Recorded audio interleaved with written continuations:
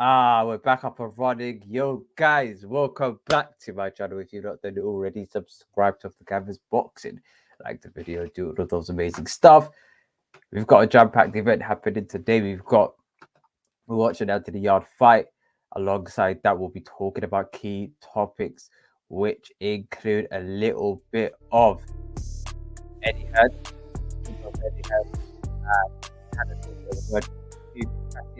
we'll be talking about Gervonta Tank Davis's next couple of fights. Alongside that, we'll be talking about Anthony Yarde and his return, potentially fighting Beterbiev shortly afterwards. And then we'll be also talking about what that means for Joshua Buatsi. And I've got a little bit of things to say about Lawrence Okoli.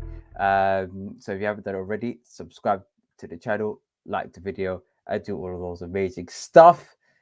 Let's get straight into this. Forgot my banners, but it doesn't matter because you don't know I come with good intention. So big up to every single person here. You would have done for it. Big up, big up, big up. Much love to you, man. Done for it. Yes, yeah, OTC. Thanks, October. Much love and support to October. Oh, sound. Thank you very much. Thank you very much. We've got a good fight. Well, I'll say a good fight. We've got a good fighter in Anthony Yarde fighting today. Big up you, man. Done for much love. Also, guys, if you haven't already, subscribe to October Red Boxing. Just type in October Red, you'll find her. Does amazing interviews and conversations with the fighters, promoters, the managers, and anybody involved in boxing. So subscribe to your October Red Boxing. Frankie Patek, big up Malak OTC. Thank you, Frankie. Where do we begin? So, in the lead up to the Anthony Yarde fight, we'll be talking about a couple of little random topics because it's it's been a bit peak in boxing. First and foremost, where do we start? We had news this week actually that Gervonta Tank Davis will be fighting. Oh, he's been agreed in fighting. What's his name again? Ryan Garcia. I forgot his name completely. Here's my conundrum. Number one, that fight's not going to happen next. It's going to happen in 2023, sometime in 2023. I'm not sure of the dates, the timings, etc. But it doesn't fill with great levels of confidence that they're not fighting next for whatever reason. I don't understand why. I think they recently fought as well, the pair of them. I think Tank's last fight was against Rowley, which was I think earlier this year, and Ryan fought I think twice this year, to my understanding. So I have no idea why they're not coming up for fighting next. It's not like they've been out the ring for so long that they have to have tune-up fights. But it gets like I don't understand why that's besides the point. Gervonta Tank Davis is fighting a random guy who I've never ever heard of in my life, and yeah, he's yeah. I don't even want to deep down into the boxer because it's gonna start looking peak. Hearing this in tune-up fight, he says this in tune-up fight. That's what we expect that's what we expect. But why is it not signed, sealed, and delivered? That's what I've been thinking to myself. Why is it not signed, sealed, and delivered? Why not? Why can't they agree and sign the contract subject to Gervonta? And I think Ryan might have a tune-up fight as well. Why can't they sign a contract if we beat whatever tune-up fight that's put in front of us?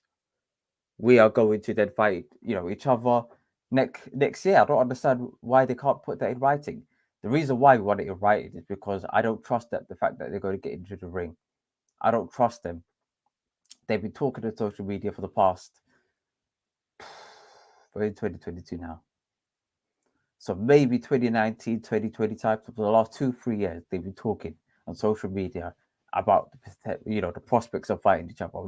I wouldn't say Tank's side particularly, but I would say Ryan Garcia has been really vocal about it. Tank, I don't know what Tank wants.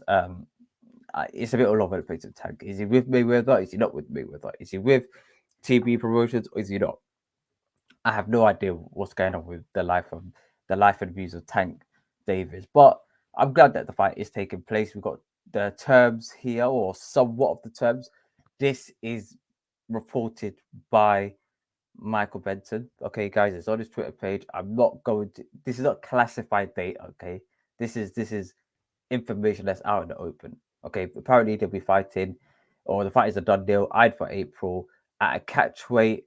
A little bit of further details on that is that it's going to be or Tank's going to fight first, and then the broadcaster and everything else has been confirmed. So I'm happy that this fight is taking place. I want Ryan Garcia to win. I like Ryan. I want him to win. But at the same time, I think Tank's skill is on another level, man. The kid is an animal. The kid is an absolute animal. What he done to Rowley. And a part of me thinks that he didn't warm up, because when I'm watching him, the first 2-3 rounds, he doesn't look like he's downloaded the information. He just looks cold. He just looks completely cold. It's as if he's not warmed up to begin with. I don't know why, but once he gets the gas cooking, I think he's a top level fighter. So, and Ryan Garcia, I think there's a lot left in him. I know I'm saying that because he's young, but I think there's levels for him to show us. And I think that with the winner of this, for me, I'd love them to fight for the undisputed fight. But the issue is that I don't want Devin Haney to have another fight at 135. So that's the real issue. That is the real issue. If they're gonna have why are the catch weight at 136? Why 136? So specific in it, 136 when they're 135 fighters. Ain't got a clue, but it is what it is. People getting gassed like Crawford. I ain't talking about it until it happens. Do you know what? That's understandable. That is understandable because, yeah, we've been really on the bad end of boxing in the last couple of weeks. Conor Benn, we thought that fight was happening. And that fight fell through. Who else? We had AJ Fury, Spence versus Crawford. And then what we've been getting for the last couple of weeks, it's like the state of boxing is all over the place. It's all over the gaff. And I heard Eddie Hearn say today, this is credit to Eiffel as well. And this is a little clip of what he said in the interview. And I think that's going to sum it up the stage and the landscape of boxing nowadays. I really worry for the sport, in all honesty. Like, I don't mind that, by the way. Like, I think that's entertainment. It's not really boxing. But unless we make fights like Ryan Garcia against Gervonta Davis, we will put ourselves in difficult positions to keep boxing as relevant as it should be. It's always going to be a big sport. And Stephen Espinoza, Joe Markowski, Showtime, DAZN, big clap on the back if you get that fight up and running. We need that fight. Oscar, everybody involved. And that sums it up. As bad as it may seem, we actually need this fight more than anything because the YouTubers are not making excuses. The YouTubers, well, apart from ironically Tommy Fury, they're not making excuses. They're fighting misfits cards regularly. And do you know what? It's only a matter of time they decide to open up their pool of talent of YouTubers and decide, okay, anyone and anybody could join the network if you're a quote unquote big YouTuber with a huge following, and schedule fights that you want to see. Literally, they've got their own box rec, they've got their own everything. So I think if we don't get our act together, I'm saying we because I'm a fan of both, but I'm talking as a fan of the sweet sides of the sport.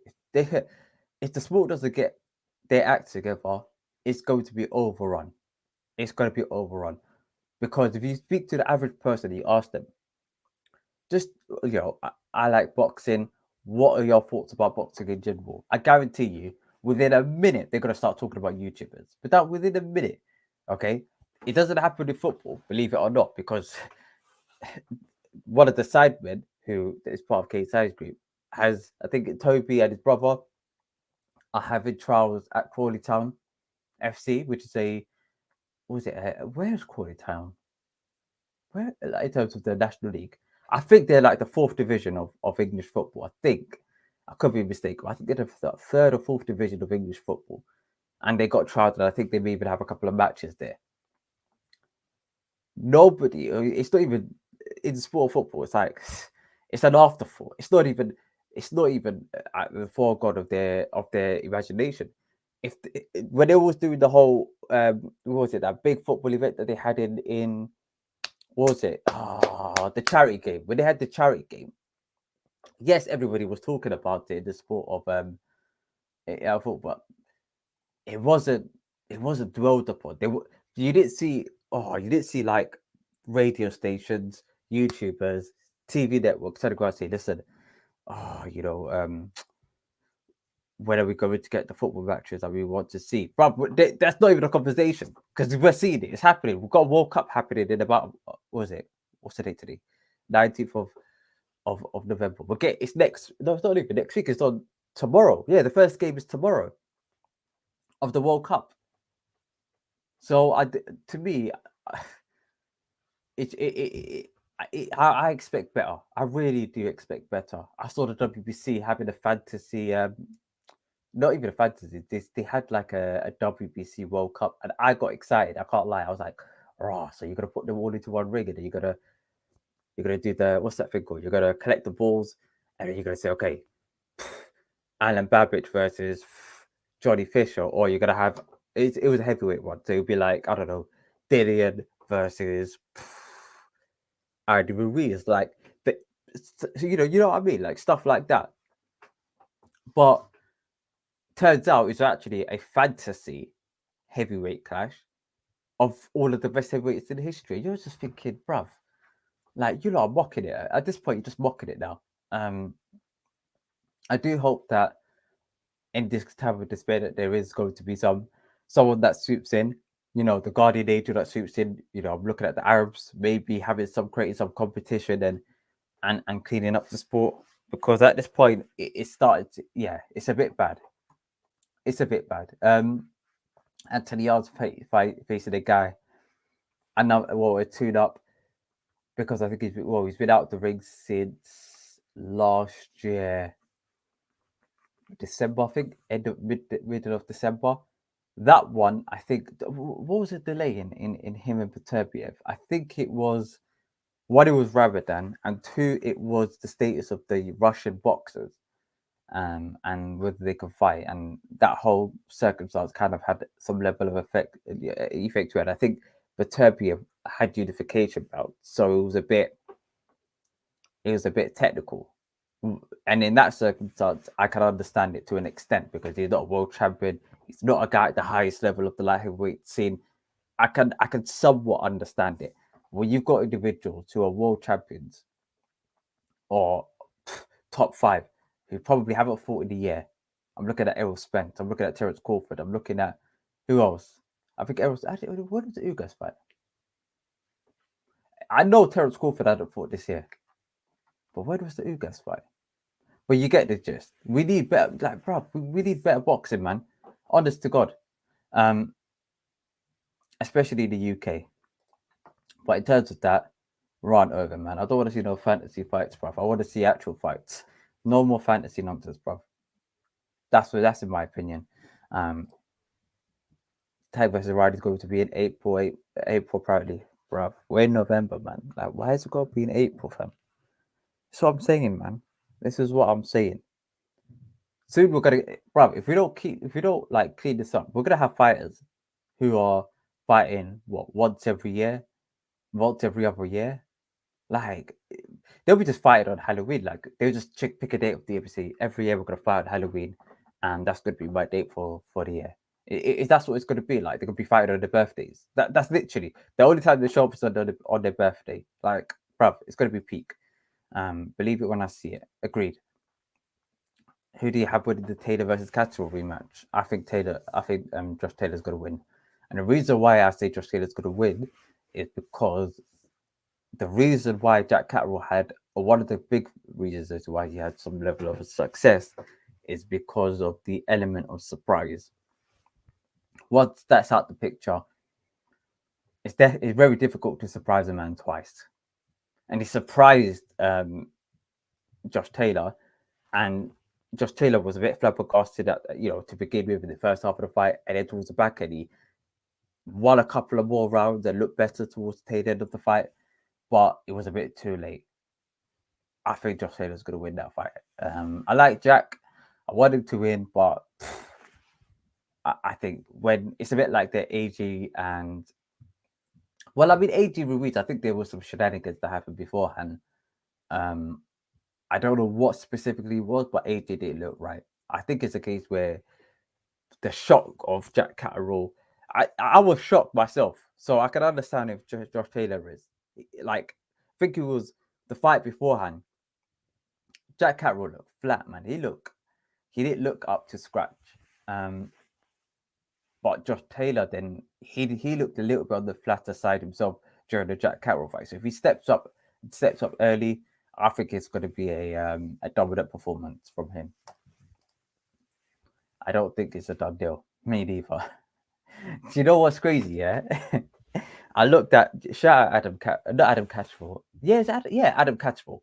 And I looked at one of his posts. I think it was on Fight Disciples, and the post was, "Who do you think is going to win between Ryan Garcia and Javante Davis?" or something like done deal. It was something along those lines. And I was thinking, like, okay, like, I want to know what every person say, like, what's the landscape, like, where are people's thoughts are. I scroll down and all I see is it even a done deal? I believe it when I see them go walking into the ring. Fam, like, this is all a lie. I believe it when I see it. I'll tell you this now. That's all I was seeing. That's all I was seeing. That's all I was seeing. Like, it's peak. It's peak. Like, you know what's crazy, yeah? We don't know what's going to happen in football the next couple of months, where it's going to be whatever. Well, we know there's going to be a Champions League final next year. We know around the time it's going to be. We know the dates. Maybe even the venue. We know what hotels are going to be booked out, availability. We know all of that before we know who's even appearing on that. Formula One is probably the same case. Tennis, they got it mapped out for what, the next couple of years. It's that these men, they can have a fight scheduled, signed till delivered, yeah, and we will not believe it until we see them physically get into the ring. No, not even get into the ring, like the first bell, because I've seen a man get into the ring, yeah, and when after the first bell, he gets out the ring. I think it was in a Jagba fight. If you not remember, you remember. But there was a guy that went into the ring and went out of the ring, like, so you can't guarantee that even if they do get in the ring, they're actually going to throw hands, which is the sad reality of the sport. And Ryan's last couple of fights, it's been closer to 140.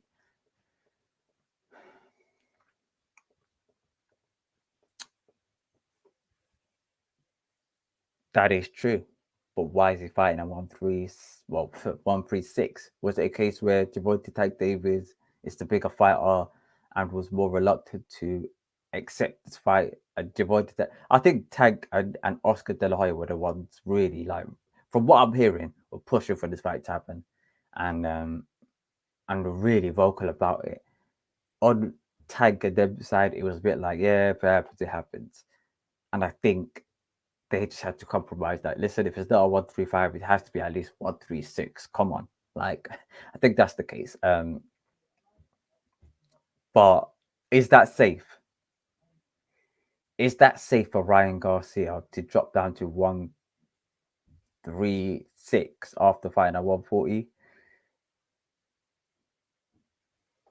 against Javante Tank Davis, whilst outgrowing the weight? It's the Conor Ben Eubank situation. Yes, he's losing a couple of pounds, but is it going to be weight drained? And is young and clearly filling out? That's exactly what I'm thinking. I didn't even read that before her, but yeah, exactly. That's what I'm thinking. I think they did 136 since Ryan struggled to make 135. That's honest to God. That's exactly, we're on the same page. I swear. I'm literally, I'm thinking, I'm reading the comments, and you lot are all on the same page. I think that's exactly how it went.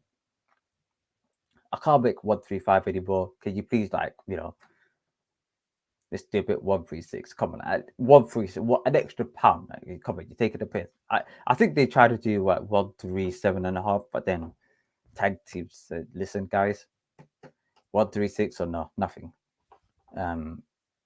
That's what I'm assuming. I could be gravely mistaken. It's like celebrity white collar. I don't even. Do you know what it is? Red. I don't even think it's white collar level because, like, even when I used to do white collar, that the quality is it's not even like it's incomparable. Like I think some of these lot. You know what it is? I think I'm putting it all into one big pot. Some of them are higher than white collar. Okay, Salt Pappy, Kenny, what's that phase guy? Phase Sensei. Who else? Slim, KSI, Jake Paul, Logan Paul.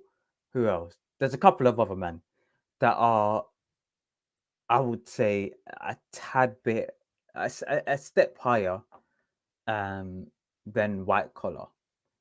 But then you've got a couple of men and women that are a tad bit lower than white collar. I think the two ladies that fought, they were whack. A couple of other, who else was it? Swarms, good musician, but I wouldn't even put him as white collar. That professional fighter that KSI fought, I wouldn't even put him as white collar, fam. That, honest to God, I wouldn't even put him as white collar.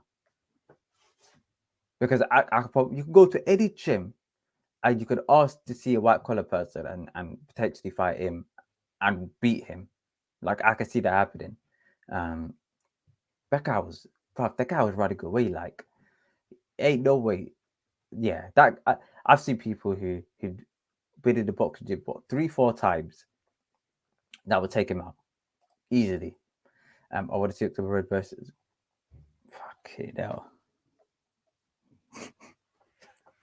Fucking hell. Yeah. Yeah, that's a bit mad. That is a bit mad. Shout out to Red. Nah. I don't want to see that. October Red's going to smash her head in. And even that would be weird. Well, no. Fam, that spun me, I swear on my life, that spun me. The fight's ended. I don't know what fight this is. Marius versus Kelechi. No, what's his name? Marius versus. I have no idea. Have you noticed as well, guys? I don't know why. Actually, I might have to ask a couple of people why. I can find the answers if I wanted to. But why there isn't a lot of media present at Frank Warren shows? That's a good question. Like, why? Well, like, why is it not like a lot? I barely see like the whole roster of media interviews in a Frank Warren show. Usually, well, I guess this is in Telford, so maybe that's part of the reason why. And there's not so a lot of high profile things on the undercard, so they're not going to gain a lot of traction in terms of the viewership, which is understandable as well. But why is there not like a lot of like, you know what I mean, guys? If you go to a boxer show, you go to the Eddie Hearn show, a YouTube event, you're gonna see like media presence like everywhere. But here it's just like, is there like a policy like the Frank Warren say, nah, like we're not gonna accept these men anymore? I don't know. That's what I want to know. Also to see what your thoughts on Isaac Cruz and his dad saying no one ordered Shakur fight. They said it will be a dog chasing a cat or something like that. Oh, wait. So hold on. Let me read it again. Also, OTC, what are your thoughts on Isaac Cruz?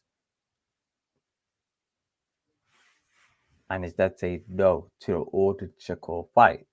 They said it would be like dog chasing a cat or something like that. Um,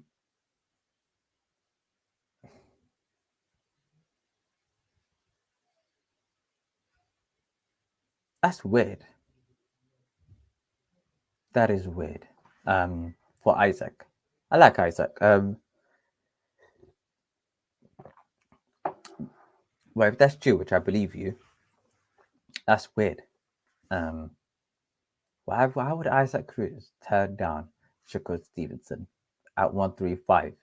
Shakur Stevenson goes up a weight class, and he looks to fight. Isaac Cruz. I don't see it as a big problem. For me personally, I did not see it as a big problem.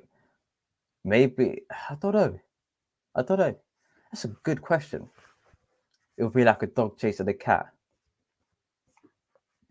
I don't know how that family operates. That's a good question. Because you know what it is? Certain parents will gas up their child and like they everything that comes out of their mouth will be good about their child, nothing bad. Okay. Whereas you got for other family members or other fathers that are in the sport that are a little bit more, they give the tough love, they give like the harsh reality and give the realness vocally to their children and to the world about their children. And I don't know what type of father Isaac Cruz has or Isaac Cruz's pops is. I don't know. That's a good question. Because if he's like Teofimo Lopez Senior, then that's mad if he says that. If he's like Sean Porter's dad, Katie Porter, I I can see where his perspective is because he's looking at it saying, "Look, my son's not ready for Shakur Stevenson at this moment in time. We need a couple of more fights before you fight him." It makes sense, and also as well, I don't even know if they speak fluent English as well, so I don't know if it's translated correctly as well. I don't know. Jan to April feels like a quick turnaround to me for a fight that big. Not, it depends on the first fight. Depends on fight number one. Fight number one would determine if they're gonna push that. Do you know what I've noticed as well? They say a date, yeah, but in reality, it's like a month or two afterwards. It's like a month or two afterwards. For whatever reason, I've never heard I've rarely heard a date be reported that is actually the actual date that they actually fight. Most of the time, it's like a month or two or a couple of weeks afterwards. For whatever reason, um, I think what's it called? Joyce versus Parker was supposed to be in May. It happened in September. Usyk versus AJ was supposed to be in June or June or the first week of July. It then happened in August. AJ's return to the ring was supposed to happen in December. It's now looking like January, February. Who else? Apart from Canelo, really, the rest of them, it's like it gets pushed back a month a day afterwards. I don't know if they're lying. I don't know if they just like have it as on. I don't know. We need to talk about the WBC, bro. You not reminded me, yeah, because this was mad.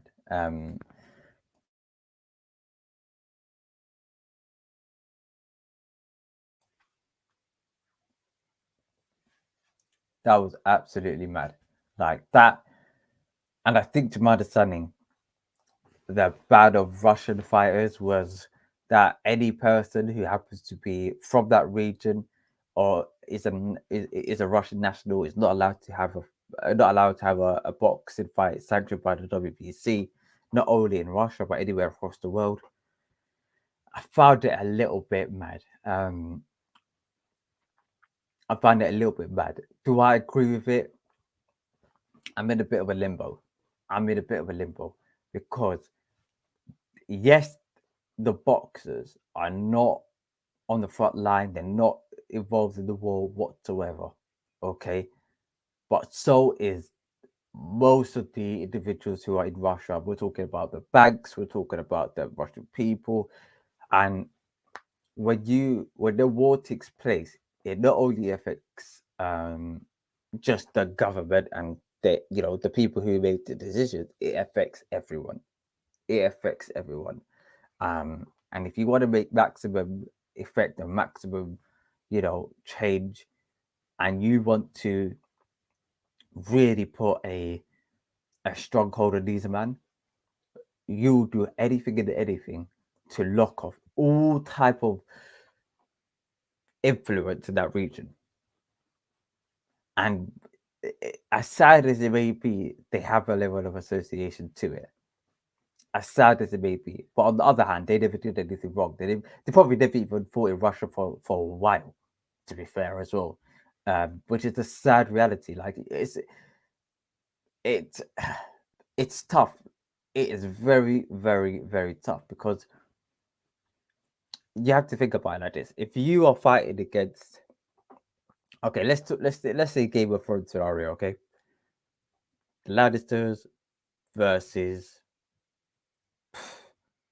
whoever, yeah, the the Targaryens, okay, the Lannisters versus the Targaryens. You want to have a war against each other. If I like every person really is involved, especially if you see like a person who's just selling meat on the market. Can they sell meat to a person on the other side? Probably not, because they're at war. I think these are the repercussions of what war is, and as sad as it may feel, um, it's one of the ones that it's just a bad especially with athletes too, because they could be losing the prime years. Um, Muhammad Ali's career was cut short for 3 years because he refused to enter the war in Vietnam, which is very, very, very unfortunate. That was mad as well. That was even worse. Like, but it's tough, man, because it's unfair to these man. Bivol, Beterbiev, who else?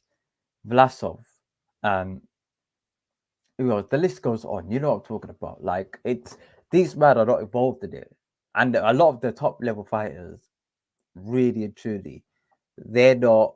Um, they're dual nationality, so they can box still. It's just the rest of them really can't, which is sad.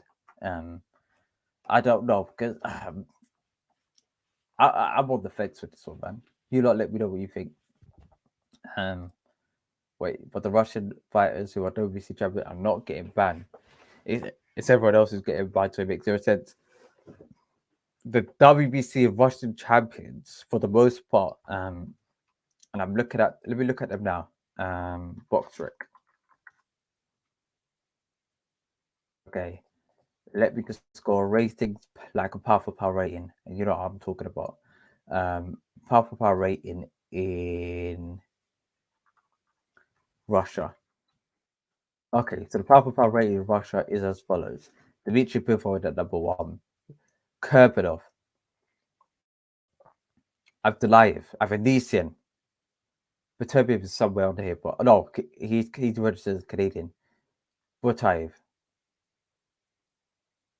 Kovalev, Makmadov. Like, this is very, very unfair. Oh, very, very, very unfair. Like, the more you deep it, the more unfair it is. Um, I think it's the champions are drawn the nationality. I don't think the champions are. That's my assumption. I don't think the champions are only Russian. I think they're Russian and something else.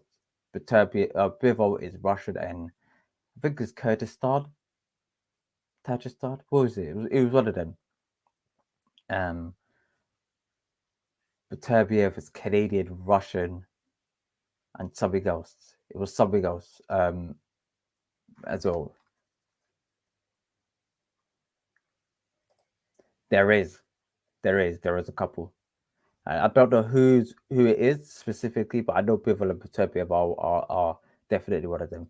I do not think does Kerpenov have a belt? No, he don't have a belt. I don't think some of them are very highly ranked. Avedisa doesn't have a belt. I mean, the world title shot. The smaller, nah, they don't. They don't. So yeah, they don't. For the most part, they don't. To be fair, so the ones that really got the world title was really two. Someone let me know if there is another one I'm missing.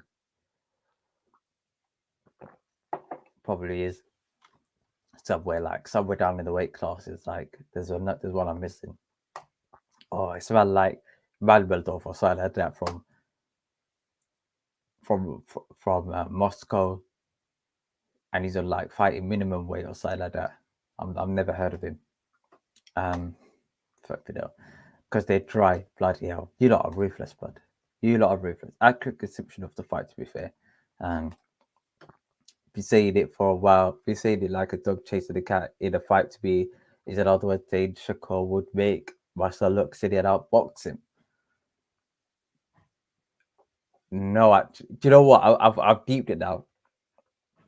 I've kind of deeped what he may be referring to. The dog is actually Isaac Cruz. Isaac Cruz's nickname is the Pitbull. He's a Pitbull. And Shakur Stevenson tends to box on the outside. So it will be like a dog chasing a cat, meaning that Isaac will be chasing Shakur round and round and round in circles. And that will be something that he wanted his son to be involved in.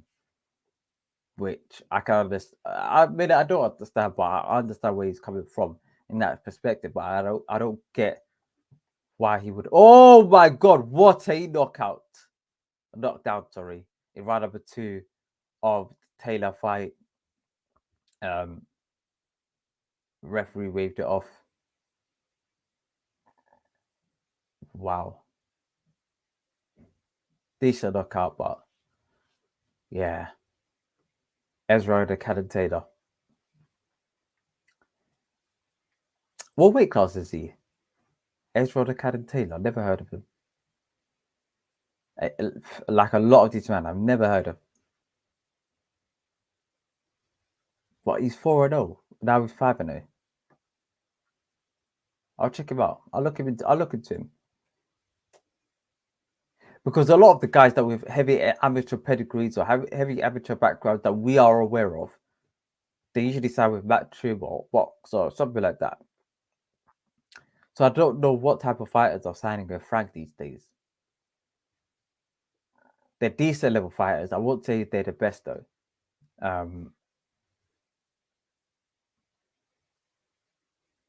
But I've not heard of this guy before. Skill wise, I don't think he's great. I don't think skill wise is great, but I want to know how it is now. Ezra Taylor. Now it's got me thinking now. How old is this brother? Ezra Taylor, box rec, is a light heavyweight. Okay.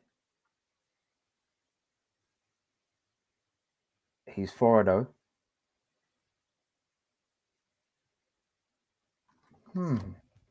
Interesting.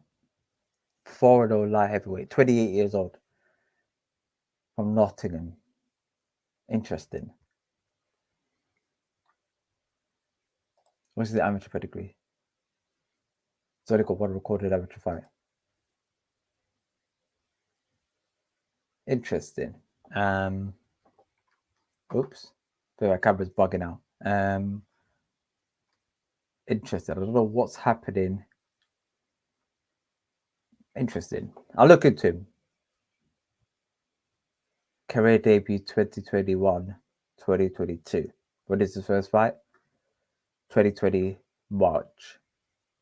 He fought once that year. He fought once the year after. He fought once the year after that. Bruv, is this guy just coming out once a year? What's happening?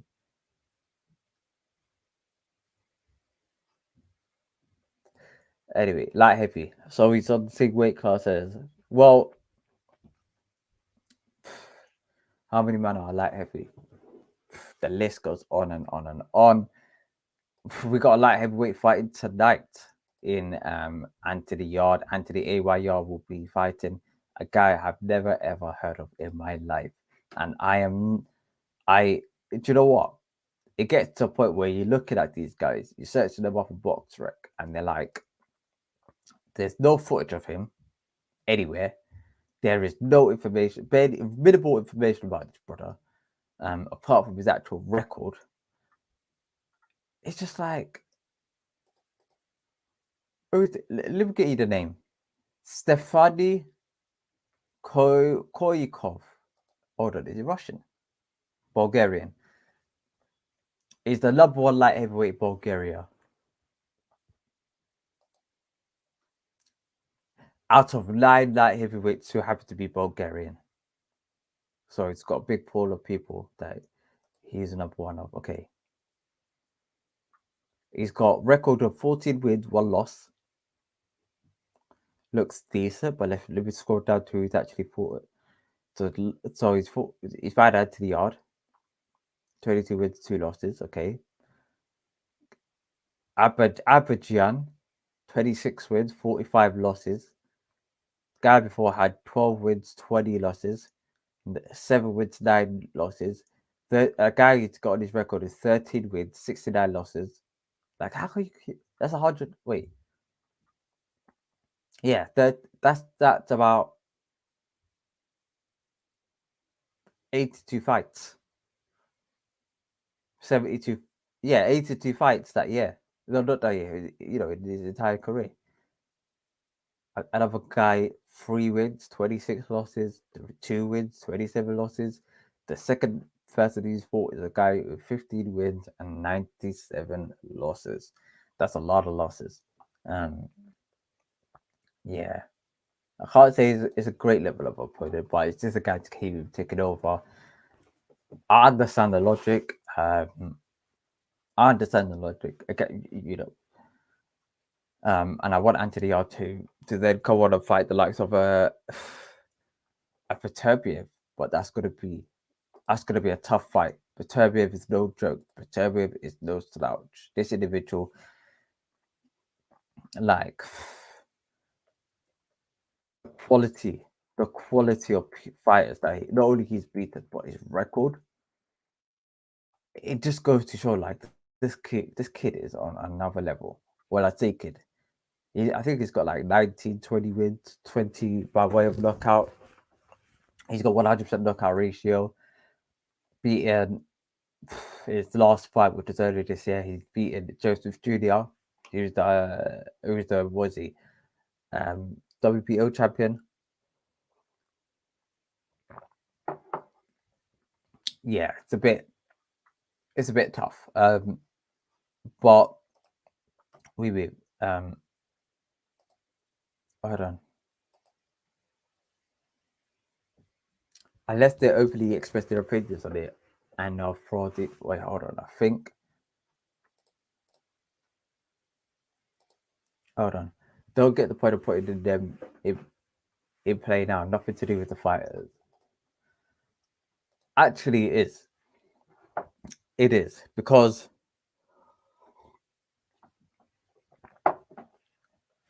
sportsmen and women are a beacon of inspiration and hope to the people of their country. Probably more influential than certain politicians in terms of like how much people love them, how much people they can sway their opinion on. Sportsmen and women have got huge influence especially in every country. I would say if let's just say you wanted to ban, you know, let's just say UK was at war with Mexico. Really and truly, would banning Canelo to do huge damage on that pursuit? Probably. I don't agree with it, but It's understandable if you go down that route. It's unfair, but it's understandable. Unless they openly express their opinions on it and are for the invasion.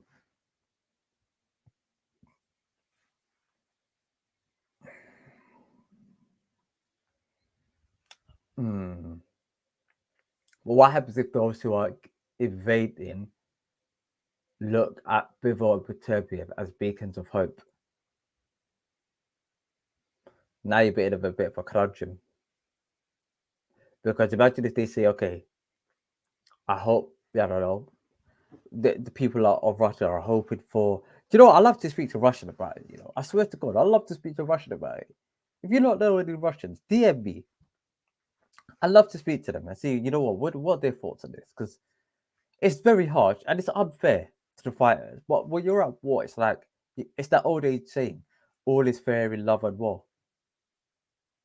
Or is it but love? I don't know. But you don't know what I'm talking about. When you're at war with someone, and it's tough because the US are not even at war with or Mexico and the US are not even at war with the Russians. Which I don't understand that point. That makes no sense. This is the point where it befuses me.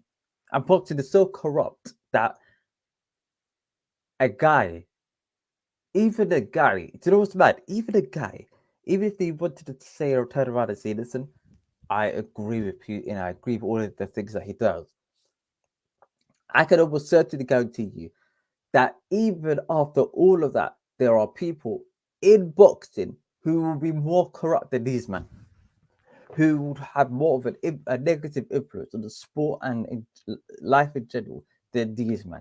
That's how deep it is. That's how deep it is. The corruption in the sport is on another level. And above all, if you're doing this, it's like, bruv, I don't get a point. Well, the families live in Russia, they pay Russian tax. I can understand it to an extent because they don't want you to fund Russia in any way, shape, or form. I get it, but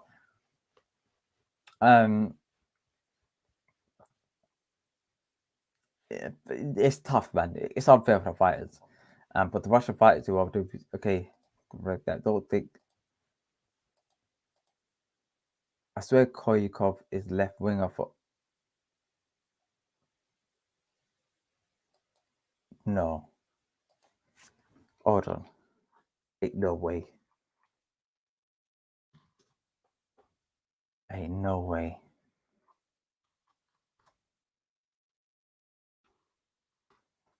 No, I can't be. I don't think so.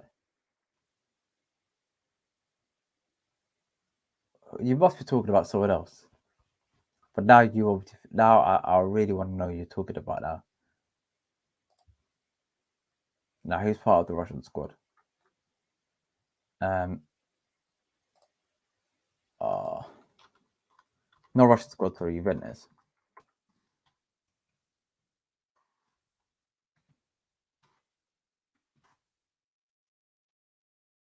Wait, what's going on with the boxing? Hold on a minute. I just looking at. Is Anthony Yarde fight happening? What's going on? Come on. BT Sports bugging out.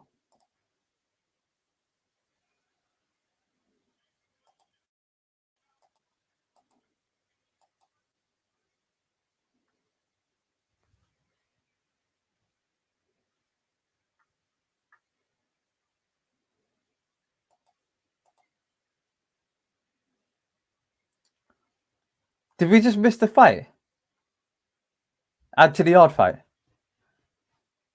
No.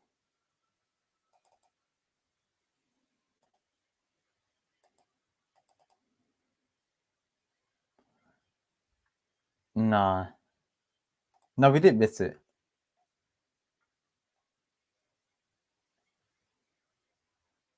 We did miss it.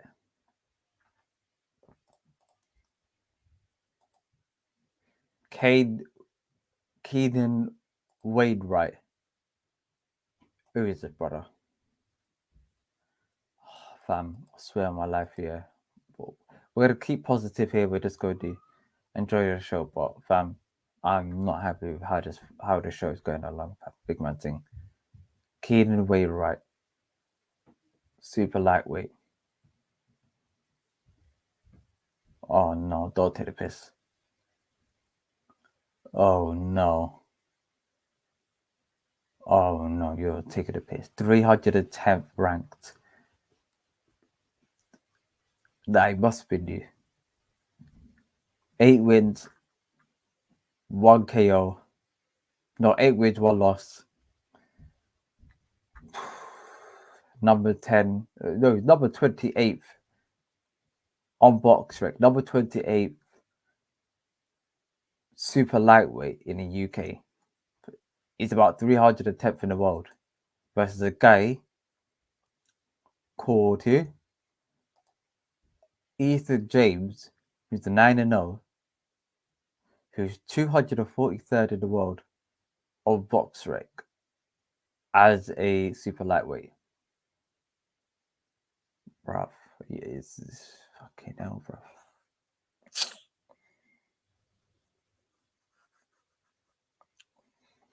Well, this is a joke, fam. This is a joke, fam. I can't believe what I'm seeing, fam. Ain't no way, fam. This is big on big BT Sport, fam. No wonder on big BT Sport, fam. God bless me, fam. Oh, if athletes speak out against a tyrant, they will go missing, fam. It will go. It's only happened in Africa. Do you know what? You're right, but you know what happens as well. The media won't even talk about it. The media, yeah, they won't even talk about it. They wipe it from the news. It happens in Africa all the time, fam. Shout out to African brothers. Oh,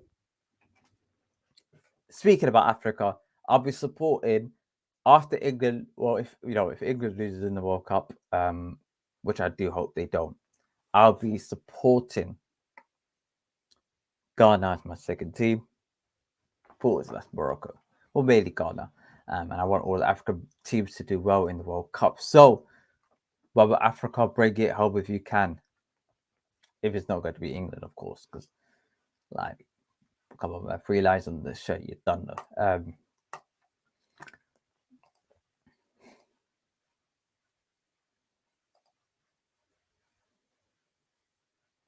Caustic.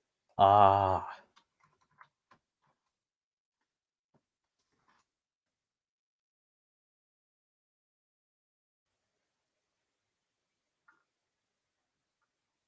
Huh?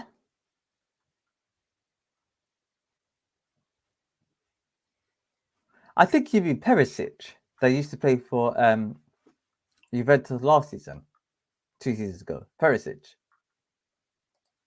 Must be talking about Perisic. If that fits the bill, at least Croatian. And Kostic is Serbian, but he did play left wing. You might be talking about my man. You might be talking about my man.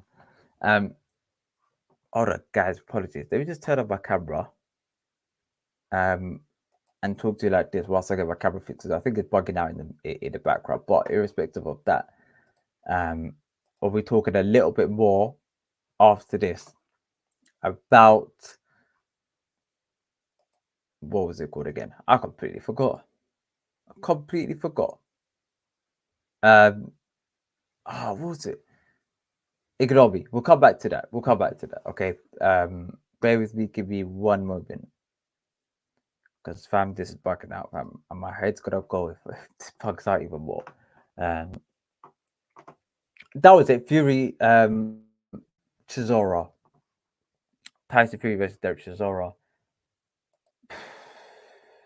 I know nobody wants to see that fight, but we're here now. So, all right, let's do this video. Bear with me, guys.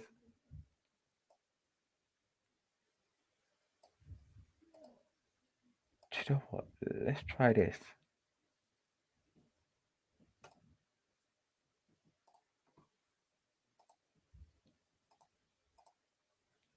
Let's see if this works.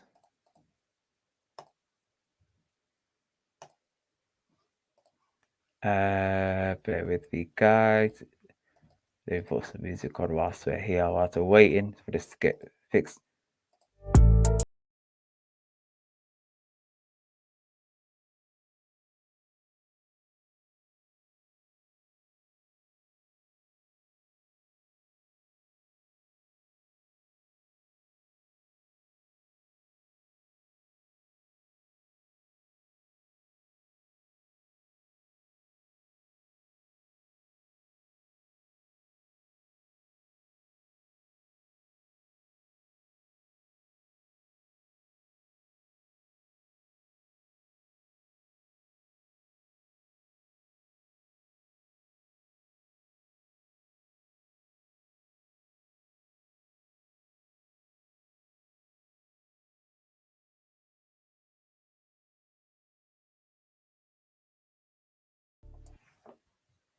I think that done the trick.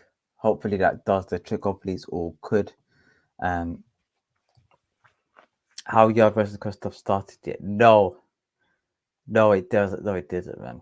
Fuck it. We're out here just waiting on.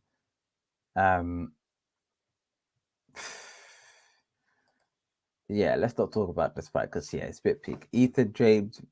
Keenan Wright versus Ethan James. They're like top 50 in the UK, super lightweight. It's long. Not yet, mate. Bro. No, that was justified.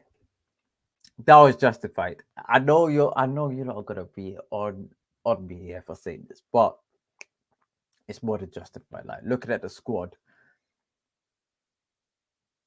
what's the name? Tomori. I like Tomori. Tomori is a good player, but really, truly, we don't really need him. You know, as bad as I may say, we don't really need Tomori because in defense, we've got a strong partnership between Maguire and Stones, who have really been, for the last two tournaments, Euros and the World Cup, have been rock solid, really, in defense. Maguire's been poor this season, but for England, do you know what? The last Nation League, he was poor against Germany, but he was okay against Italy.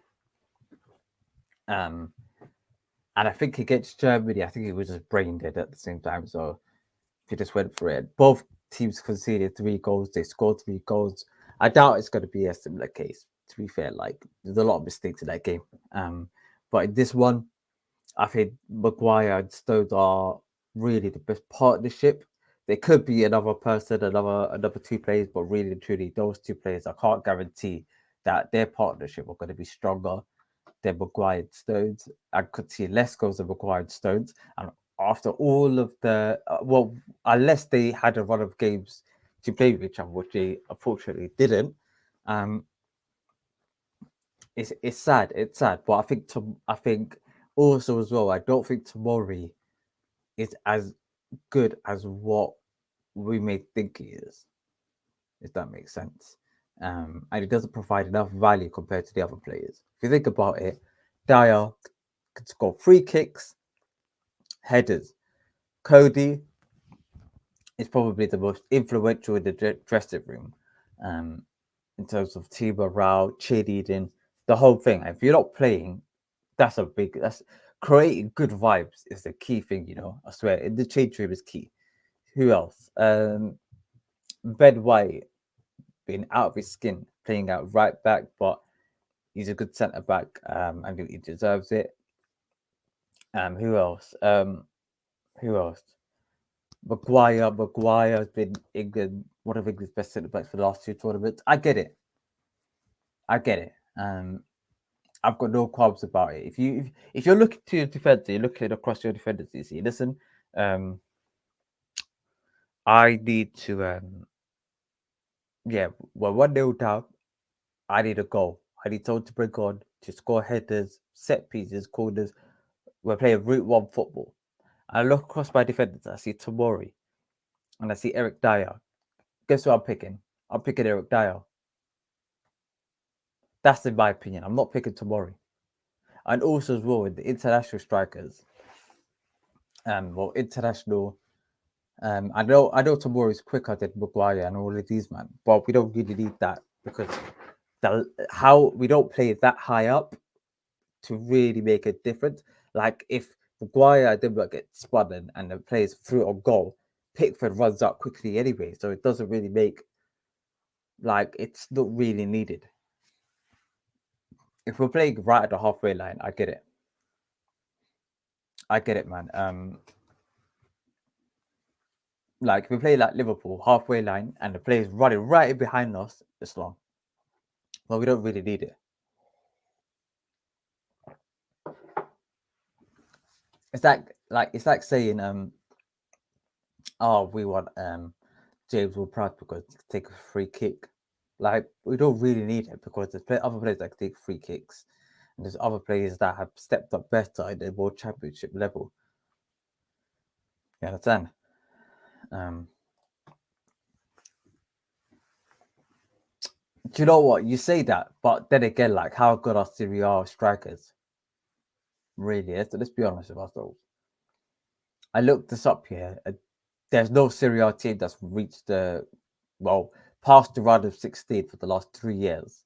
I think the furthest was Atlanta about 2-3 seasons ago. They reached the quarterfinal of the Champions League. After that, there's not been a single team to even get to the quarterfinals of the Champions League, or even round of 16 really for the most of the Champions League. What's the name? AC Milan. This is the only time they did it in a while. So really and truly, it's not. There's not levels like I'm Chelsea fan. We played them this season, yeah. I can't lie. We're dead here. Our attack is dead, but we put 6 past these, man. Nah, I'm sorry. After when I saw that, yeah, I said, nah, come on, man. There's a big asterisk next to these defenders, because Lukaku was back in hat tricks and doing the most in that league. Came to the Premier League and couldn't hack it. We said him Giroud, who was struggling with games at Chelsea because he weren't performing well, because it was too fast. Like everything was high tense. We sent him over there, now he's balling out. Nah, man. It's becoming a farmers league, man. Come on, man. You've got people like Ashley Young with winning the league title. Come on, man. There's levels. There's levels. I think it's a big asterisk against their name. Out of Europe, you know what? Out of Europe's top 5 leagues, Italy's like right at the bottom. Because it goes England, France. No, England, France, Spain are on the same level. I would say Spain actually ahead. So England, Spain, France, Germany, Italy, right at the bottom. So I don't think it's a telltale sign. You got to only measure it against European level, which is Champions League. Chelsea walloped them 3-0.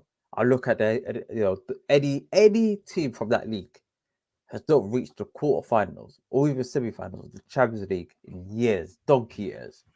So if they were that good, bruv, we will be seeing it. I've seen Dortmund go far. I've seen Atletico Madrid do bits. Real Madrid, Bayern Munich. Who else? PSG gone far. They went to a final. Who else? A bag of teams.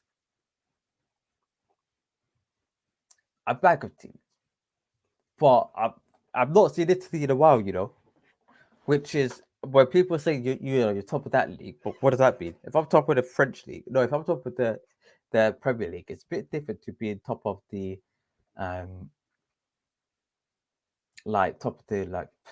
Serbian league. You understand? There's levels.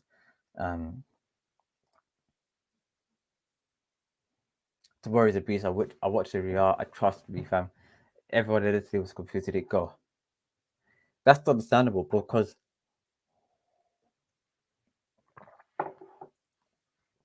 they're looking at it as if for our team. No, he won't go, man. Come on, man. Above who? Like, we've got to think about who we're going to take out now. I won't take him out for anyone.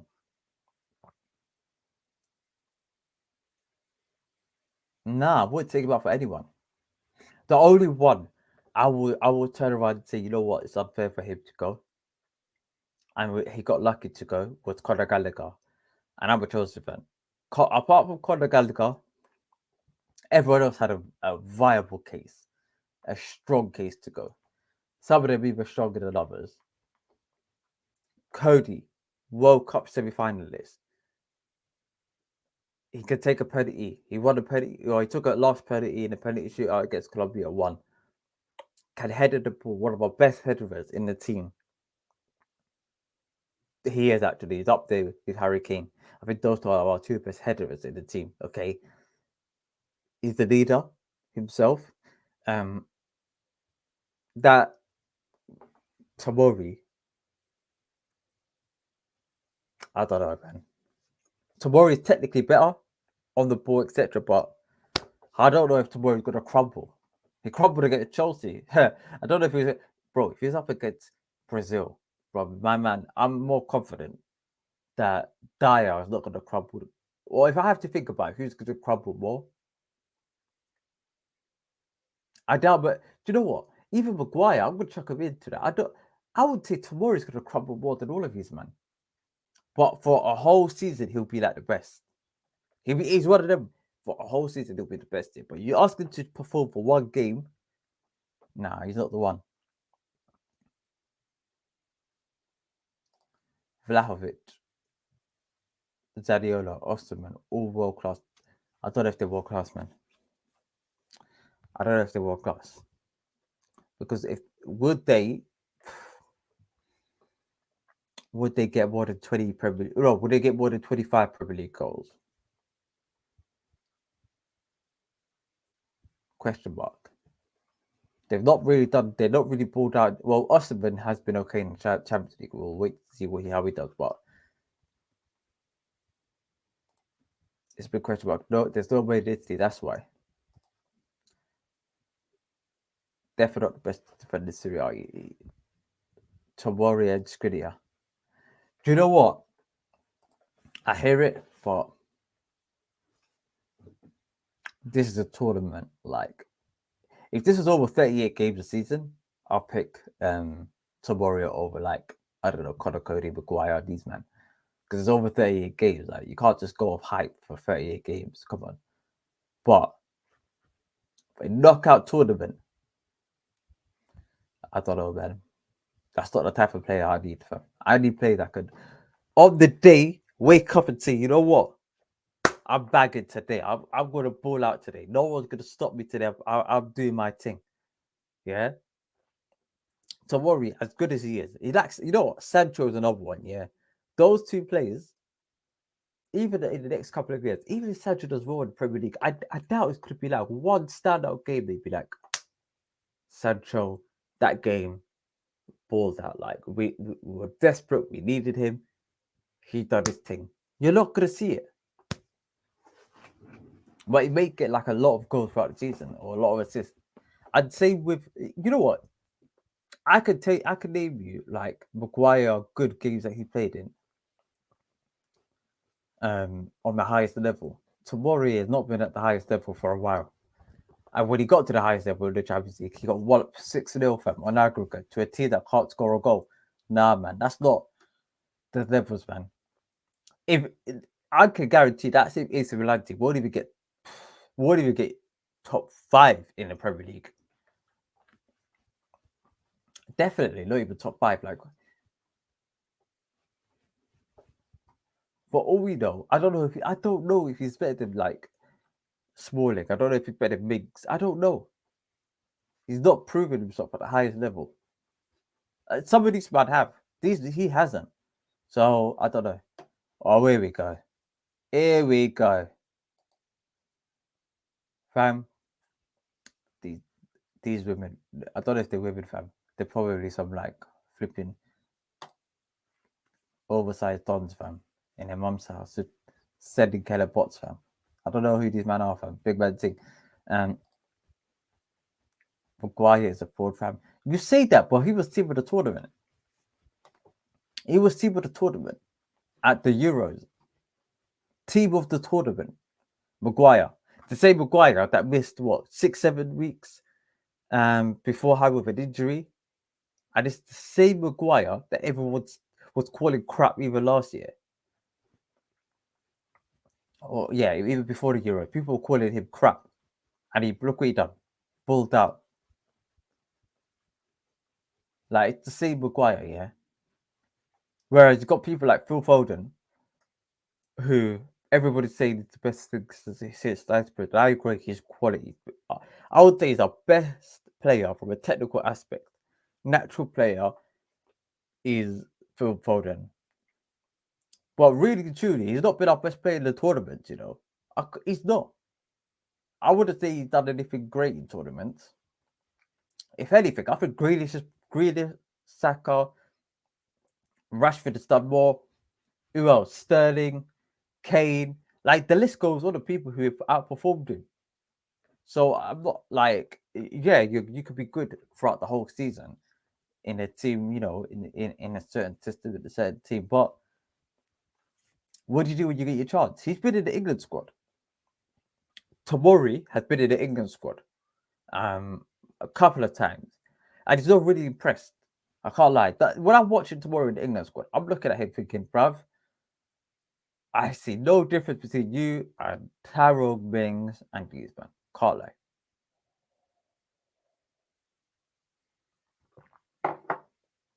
Like with Southgate, he for the most part, if you're good in training, if you show the right mentality, you get a chance. Everyone's gonna get a chance. Okay, you gotta take your chances, fam. And he never took his chances, fam. He was in the squad where we got battered 4-0. Nah, man. Battered 4-0 was hungry. My man started in the squad. People tell him he's gonna be he's amazing in Italy. And then when he goes plays in the Champions League, gets battered again, fam. And everyone keeps telling me, no, nice. He pulls out in Italy, fam. Nah, man, you've not showed it at this level, man. He'll be good. Like, I think he'll make the squad in a couple of years' time. The next World Cup, the next Euros, he'll make it. But right now, I'm not convinced, man. I'm not convinced. And who am I going to take out ahead of him? That's what I'm going to ask you man, example. Like, who am I going to take out ahead of him?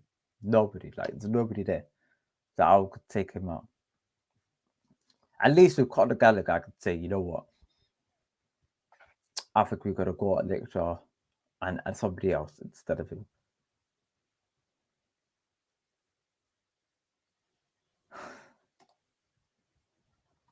Bruv, I've been on to man. Like, do you know with like Dan Moores? I've been telling them, man.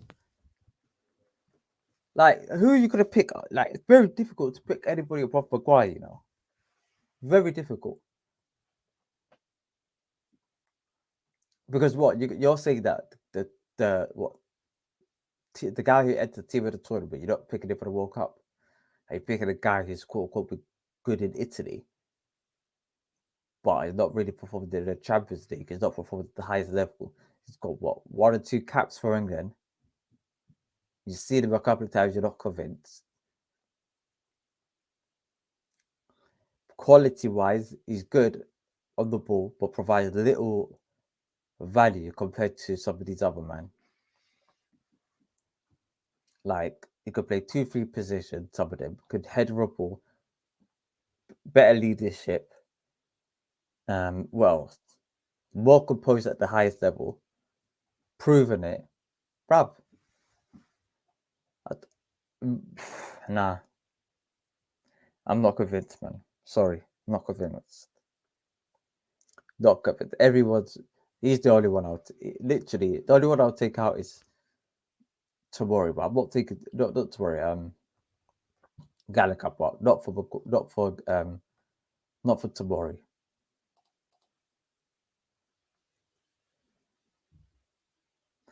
Abraham, no. Abraham, nah. Good player, but again, who's gonna go ahead of? We don't really need him, to be fair. We've got Kane, Callum Wilson, Ivan Toney, and Marcus Rashford fighting for those positions. He's not been better than none of them. None of them. Maybe Wilson for consistency because Wilson's been injured, but that's it. The rest of them have been better, so I can't really argue his case. Tony got banned. Oh, not banned. He's been doing his thing with allegedly betting, but the rest of them they've been doing their thing. They've been doing their thing, man. I can't complain. I've supported the guys. I want them to win.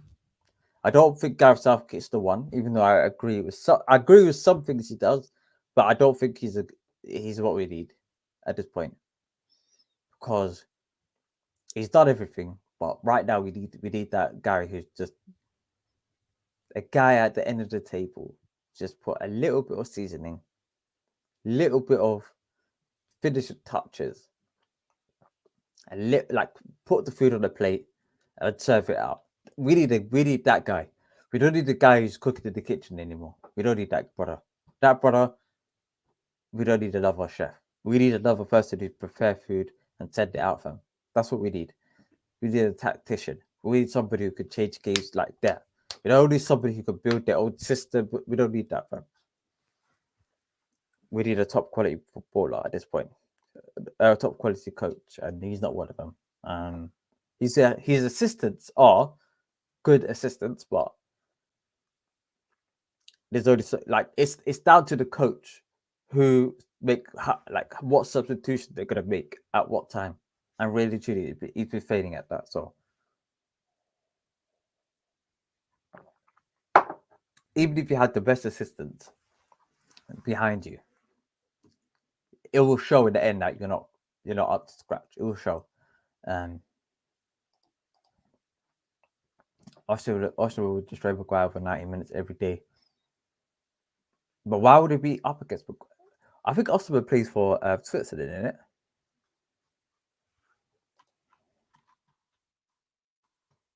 Victor. I think he plays for Italy. Not Italy, Switzerland. He's Nigerian, I know that, but what national team does he play for? I don't think it's Nigeria, is it? It is Nigeria. Oh, wow. Growing up, his football idol was Didier Drogba. Oh, my goodness. I like him. I like him a lot already. I like him. 62 appearances, 33 goals in Napoli. How many Champions League appearances?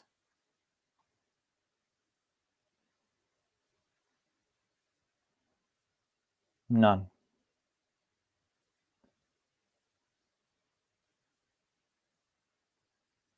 Continental, 3. 1 goal. Bruh, come on, man. I think we started this a bit on the early side, I can't lie. I think we're overrunning,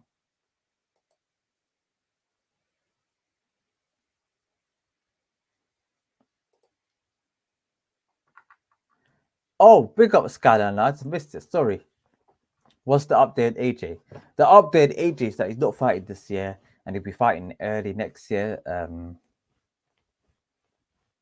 March, April time, and he'll be fighting the winner of Jermaine Franklin versus Dillian White. He would not be fight. He would not have a 2-0 fight ahead of that. Whoever wins between Franklin and Dillian will be fighting Anthony AJ Oluwafemi Joshua. Joshua himself is coming off a poor loss against, well, not poor. You know what? It was an amicable loss against Alexander Usyk, but he needs a lot more training. He needs a lot more, time with his coach. Will he get that? I don't know. I I don't know. That's the question for another day.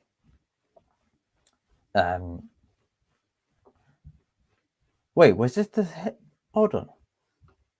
I just clocked something. Is this the headline? Maybe it is, maybe it's. But yeah, he's not fighting anytime soon. I like Anthony Joshua. I want him to do well, but he's not fighting anytime soon. So that's another issue on with the sport of boxing. It's just long sabbaticals. I understand the need for it. You need to get your mind right, etc. But imagine you're at the highest level. You hold a lot of the cards, and you're on a holiday. It's a bit like, I don't know, man. It's a dangerous sport. I get it, but what about the footballers that are not feeling right that weekend or that before a Champions League final? They're not really feeling right. They feel a little bit off. They still got to wake up. Okay, still got to perform. But it's a hurt business. It's the hurt business of boxing. Where's my drink? Hold on, guys. Let me just go.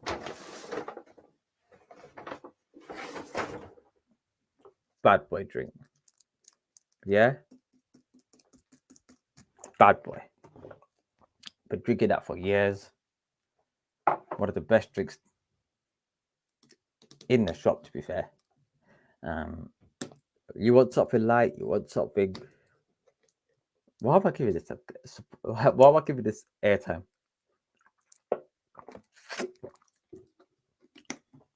Quality. Has the match started? No. I swear to God, yeah. This is getting beat. I don't want to see AJ versus Diddy again, bro.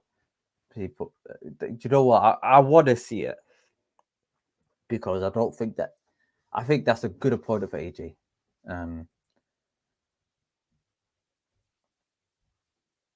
That's a good opponent for AJ. But the issue is, hey, we see AY Anthony AY Yarde in the dressing room. Anthony Yarde fighting one Bulgarian tonight. The great Tunde, Baba Tunde Ajayi. Lie to the cam. Let's go. Sorry, I got hyped up. Apologies, but you got to relax a bit. But it's a good fight. You know, AJ did it. It's a phenomenal fight. I think both of them, man, need each other at this point of their careers. I think AJ a win against Dillian because look, I want AJ to fight a tune-up fight, then fight a credible name, and then get back into the mix. If he fights Dillian, that ticks all the boxes, goes back into the mix, and fights the likes of Joe Joyce, fights the likes of Fury, Deontay Wilder. These men, I want him to fight these men afterwards. You know, preferably I wanted him to fight a good fight ahead of time. You know, maybe in December, maybe fight another fight in April, and then further next year, then go on to fight Deontay Wilder. I think that would have been perfect. But I'm still content if AJ says, you know what, we're skipping that first step, we're just gonna go straight to the end and then move swiftly on. I get it. Yeah, I get it. And I really want him to win against Dylan. I like Dylan as well.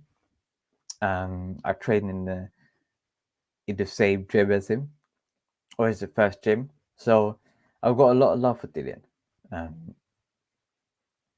And his brother. They had a recent loss to the family. Dean White's son was unfortunately killed like last week, 2 weeks ago. And Dean White still proceeded with his boxing show. The heart of the man. Like, it's big and it's strong, man. So, bless up to Dean. Always a cool brother. I like what them men are doing over there as well. To pick them up.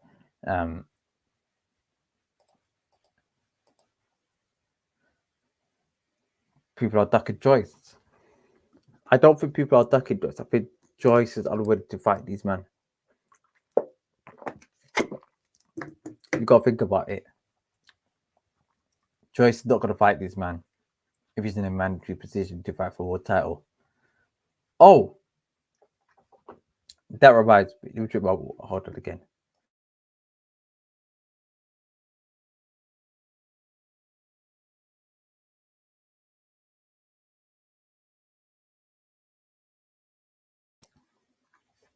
AJ. No. Eddie Hearn. This brother. Thanks for reminding me, guys. I completely forgot. I was listening to the interview today. I completely forgot.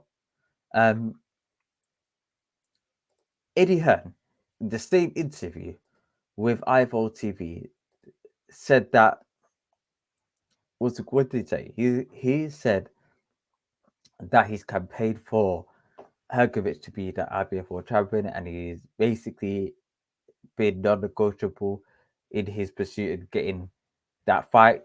So he's asked for purse bid, immediate purse bid for the IBF World title fight, which is held by Alexander Usyk. And to me, that's a poor move from Eddie. I know Eddie wants to do best for his client in Hergovich, but I don't understand. Like, why would you see them men are fighting for the undisputed title? Why would you then jump ahead of them and say, you know what, my fight is mandatory and I'm going to exercise the clause where it says that we're not going to enter negotiations or we're going to make purse bids immediately. Right? Why would you do that? That's now because you're becoming an enemy of progress at this point. And when you want to build relationships between yourself and Frank Warren Promotions, you don't do stuff like that, man. Come on. That's not helping your cause. It's not. Let's be real. Let's be real. Like, you don't really help your cause. Strike a deal with them. Say to them, listen, we want, we'll fight the winner. We'll fight the winner. But I don't. And I think, you know what, with the board as well, I think there should be a clause saying unifications trump mandatories. Simple. You can't call for mandatory when you got unification.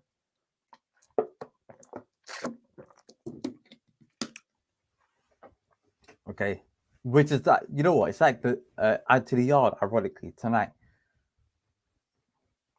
He was supposed to fight Beterbiev. That fight got pushed back because Beterbiev was fighting George Bush Jr. That's fair, man. That's fair. Like, that's how it works. You don't just jump ahead of the unification, bro, because at that point, it's not really the best versus the best. It's like the best versus whoever's waited the longest.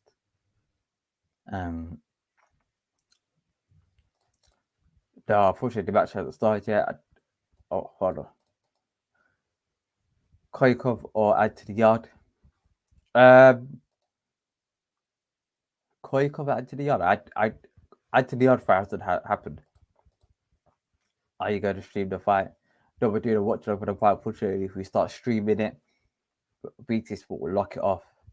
Do you know what? Yeah, they should just allow us to just, do a reaction to it properly. But you understand, like, yeah, thanks for that, boss. Yeah, the OTC will get the stream taken down. Absolutely. Which I think that's something that BT Sport really needs to have a look into, because there's people like me, who else, like anybody else, to stream in the fight, do watch alongs with this fight, okay, or have the option where you can watch the fight via BT Sport and link it to a YouTube channel, so have like a YouTube bubble at the top. That would be great as well. Bro, I'm giving them ideas, bro. Like, they should pay me, big man thing. I should write like to BT Sport and ask them, man, listen, have this on your function, have like a little bubble, link it to YouTube, so somebody can watch a YouTube boxing commentary at the same time of you watching this, or have it a way which we could turn off the background commentary of the BT commentary and have the crowd, something like that, bro. Like have different commentary options, fam. Commentary in your language, bro. I'm listening, bro. I'll tell you this now, yeah. That, bro, wallahi, yeah. I swear, I'm gonna write to BT Sport, fam.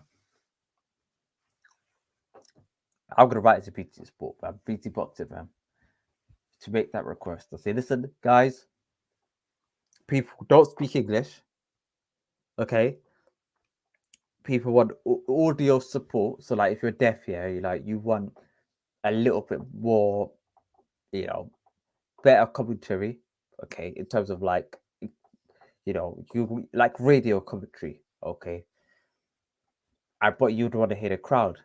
If you're if you're in the UK but you don't understand English, you can watch a boxing fight and watch it in your language, you know. Um, but that would involve like people sitting there being translators to the thing. Like, okay, maybe do it to English, Arabic, Spanish, French, Russian, something like that. I should know Russian. But you get the gist. Like, that's the. Do you know what? I swear to God, yeah. I swear to God, yeah. I think if they just put me there, is a room with these men, I'll probably come up with like 30 more ideas of what they're thinking of. BT are greedy if they just want people to pay for their sports package. Do you know what it is? I agree. But if they keep going down this route, how long you can keep this up for? How long can you keep these shows up for? This quality show, like, bro, I'm looking at this show, yeah, and I'm seeing. Let me just pronounce the names correctly. Okay, apologies. Okay, how do you pronounce these man's name? Not the kid in my Come on, man. Forward.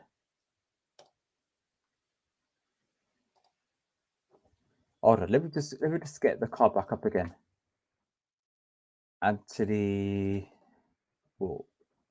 All right, boom. Anthony Yard. Fight out Ilford Essex. He doesn't really fight. Well, okay. Yeah, you could say that. That's where he trains, but not really. Yes. Debatably not. It's a bit inaccurate, but okay. It's where he trains, but okay. Now we just watched a fight between a guy called Keenan Wainwright and Ethan James. Brother, come on, man. How long can we keep this up for? How long can we keep this up for? Because I don't want to be watching this in about a year, 2 years' time. Look at put it on TV, fam. Watching BT Sport boxing and here I watch this. This is peak, fam.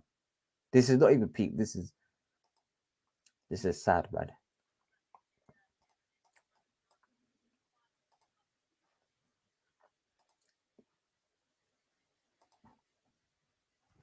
Fam, like Keenan Wainwright, like, bruv. I'm sure they're nice guys, but Lord have mercy, fam. Please, God help us, bro. Bentley, I didn't watch that fight. I watched clips of it. It looked good. He looked good. But do you know what? He did. He made Yanabak look so and so. But that's expected because when you get to that level and you're fulfilling your mandatory, someone is going to make you look a little bit bad. But big up Denzel, lovely guy. If you meet him, he's a lovely guy. And I wish he gets the fights that he wants to have. I think he's looking at Felix Cash. Bro, where is Felix Cash, bro? I just clocked it, fam. Someone let me know. Felix Cash. Don't tell me it's another one. Please tell me he's not fighting, fam. Because I swear. Felix Cash last fought February early February this year. What card was he fighting on? I'm not. I don't remember this fight. The Danny Jacobs John Ryder fight. I remember it. It was at Alexandra Palace. That was it. Yeah, I remember that fight. I remember it. Okay, interesting. We're in November now, fam. Where's it been? What's happening? We're in November. And there's no fight scheduled. Not even for December.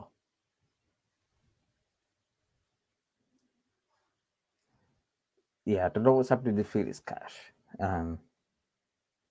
But yeah, big up Denzel on the performance. I thought Denzel was going to get clapped, but I was wrong. Nah, Denzel's a good fighter, man. Age, there's something missing. I don't know what it is. Maybe it's venom, maybe it's spite in his punches. I don't know what it is. Oh, bear in mind, guys, I'm doing this here. I'm not like, I ain't doing anything mad. Like I still got my trousers on, but you get the gist, fam. Like, I think Denzel. There's a couple of little refinements he's got to do. He's a good coach and body. I think he's a bodybuilder. He's got a good coach there. So give him a couple more fights, and I think he'll be close to his best. Personally, this fighter is a good fighter, so he done well. Nah, no. Unfortunately, it's not, man. After the Anthony Yarde fight, blocking it off, fam. Apologies to what's it called? Who else is fighting? Ball. Nah, someone else. Who's fighting? With Mr. Soul. Let me refresh my screen. We've got two more fights. Anthony Yarde versus that. Yeah, Anthony Yarde fights next, and we've got another fight afterwards. Liam Davis versus Valuta, fam.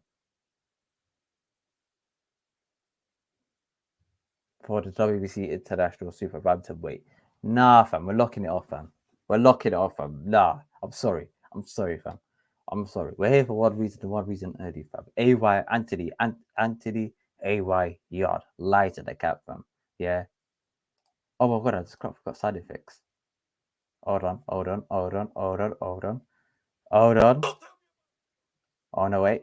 Don't tell me about my dog. I know my dog. Don't tell me about my dog. I know my dog. Hey, shout out Travis. Anthony AY Yard is fighting next. God bless us all, fam. Yeah, we're here now. Guys. Let's go. Well, I think we're here now. My thing's refreshed.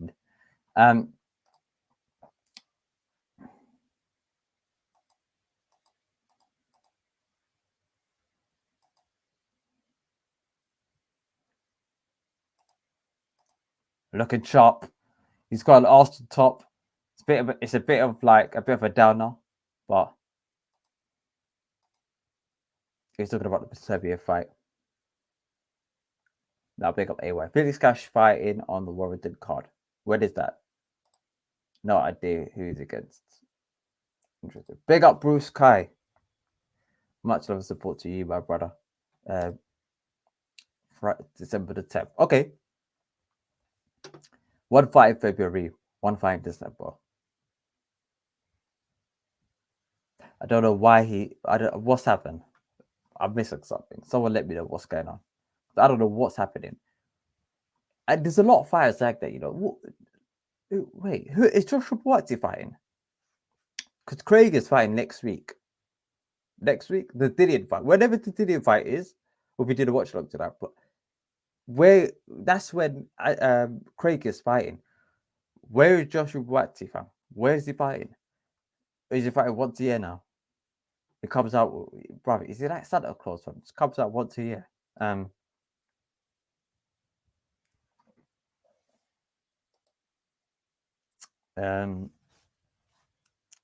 Big man thing, yeah. It's not looking good, bruv. It's not looking good. Yeah, yeah, it's a bit peak for Connor, fam. I'm laughing there, but deep down, it's burning, fam. Like you're just, do you know what it is? You're just hoping for the growth of British boxing, and the two man that you need to be at their peak level to bring the sport of British boxing and take it to another level is Anthony Joshua, Conor Ben, and it's peak, fam. It's peak on the street. But what can you do, fam? What can you do? What's the update? No update, fam. No update. But trust me, bro. Thanks for reminding me. Wait, I'm gonna note this down, fam. I will come back to this, fam, in about a week time. Okay, the wait. When is the next? Hold on. What's the date today? The date's the 19th. Okay. Well, let me just in 2 weeks' time. Yeah.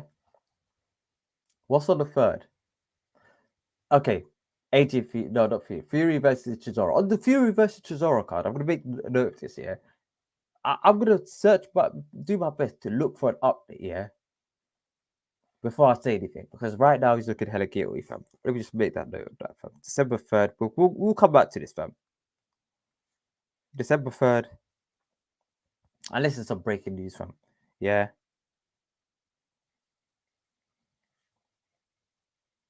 Because I really needed an update. What's going on? What's happening in that camp? Well, what's going on here? What's never say never. BT Sport. Oh bloody hell! Oh no, they got Tyson Fury.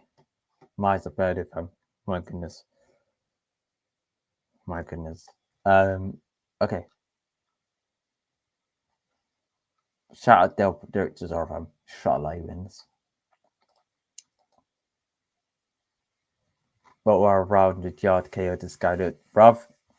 Round number. There's no footage of this, brother. Round number, you know what? Round number 1. 2. 1.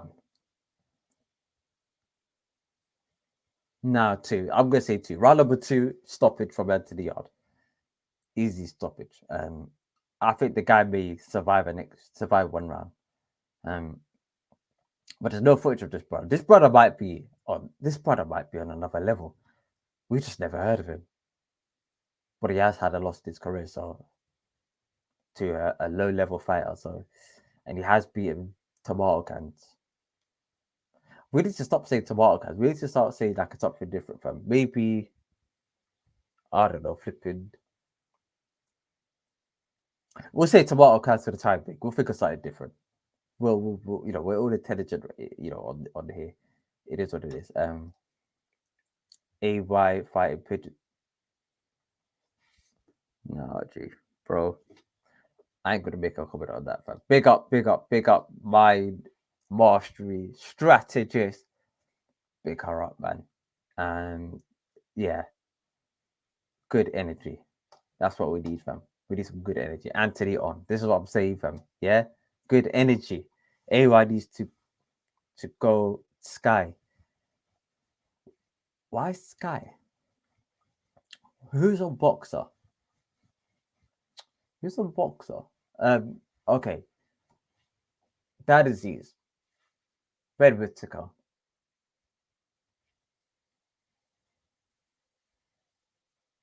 Lyndon, maybe? I don't know. Who else? Callum Smith. I think. Is it Liam Smith is a boxer? Where's Callum Smith? I don't know.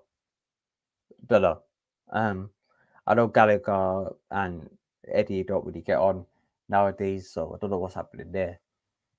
Who else? I don't know. Maybe I don't know. Maybe I don't think that's a good. It's because why would you? The belts are held by Bivol and Peterbiev. Peterbiev is with Bob Arum. Bivol is with Matchroom. Going to Sky Sports doesn't really help. If anything, I would say going to Sky Sports. The only thing it helps on is getting your name out there to more people. That's it. Well, Anthony Yarde doesn't really have that problem because he's a global superstar himself. And so I don't think going to box on Sky Sports is the wisest choice for a light heavyweight in the UK who wants to become world champion. It is for other weight classes, and for the younger fighters. But a guy who just wants the big fights, the best fights now, I don't know. I don't know, man. I don't know. Eddie, well, Bob Aaron works with pretty much anyone, to be fair. But I doubt what's going on here. Oh, Leo Davis is on the pads, and his opponent is getting his hands wrapped. So we're going to see AY, and we're getting the hell out of it. Baluta, fam. It's a funny name, fam. Baluta, fam.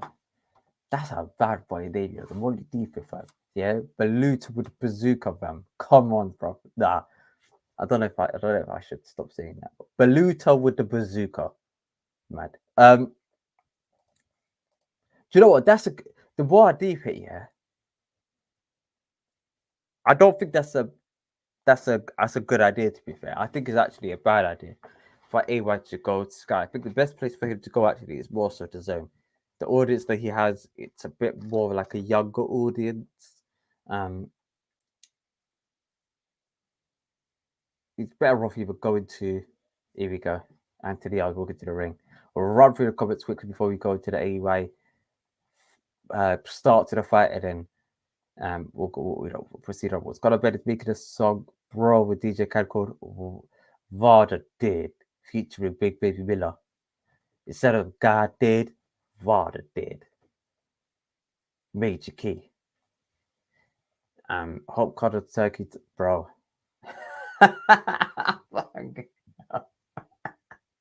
Bro, you men are relentless. Here we go. Anthony.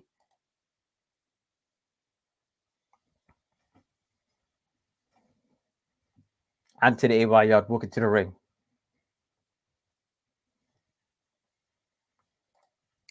Not a fan of the tune, but I know Anthony is a fan of American songs and these type of music. I'm not really into that, you know me, you know my thing, UK music.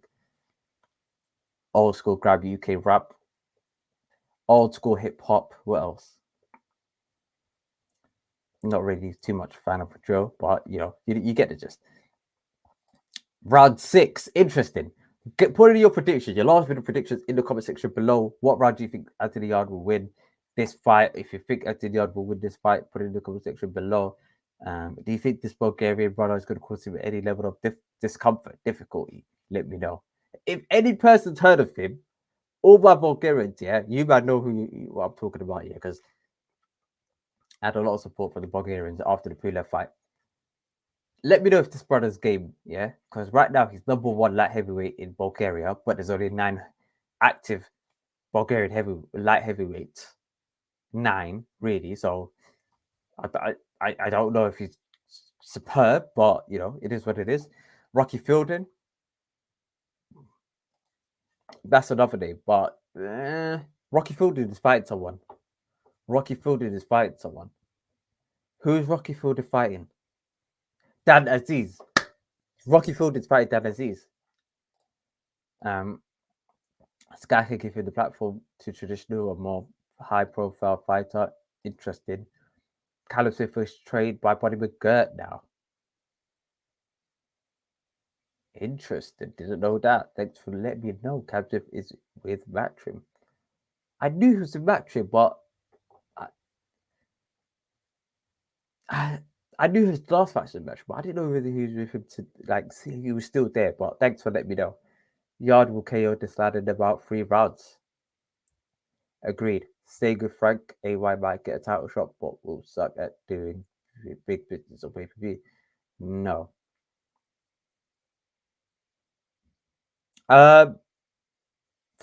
I don't know. No, I think he'll do big business with Frank. Still, if he wins a title shot, he will do big business with Frank. If he beats Beterbiev, he will. 100%. If he doesn't, that possibility weakens. But you know what? We're still supporting Anthony Yarde regardless. So, we'll lose a draw. We're still here. Lies in the camp. Let's go, fam. Dan Aziz, absolutely. Shout out Dan Aziz. Always show another support to the channel. Shout out Brad Whitaker as well. This is a light heavyweight heavy channel, but we're now about to welcome Anthony Yarde's opponent to the ring. Don't know who this brother is, but do you know what I need? Someone, bro. I promise you guys, yeah. Someone please send me this if you can. To off the canvas. I need to change the Twitter. Ignore it, yeah. Off the canvas box on Instagram. Off the canvas box on Twitter. If you send me the audio of someone of the the UK man saying who are ya, I'll be eternally grateful. You can send it to me. That'd be amazing. But we're now entering the Anthony Yarde fight. Right, let's go.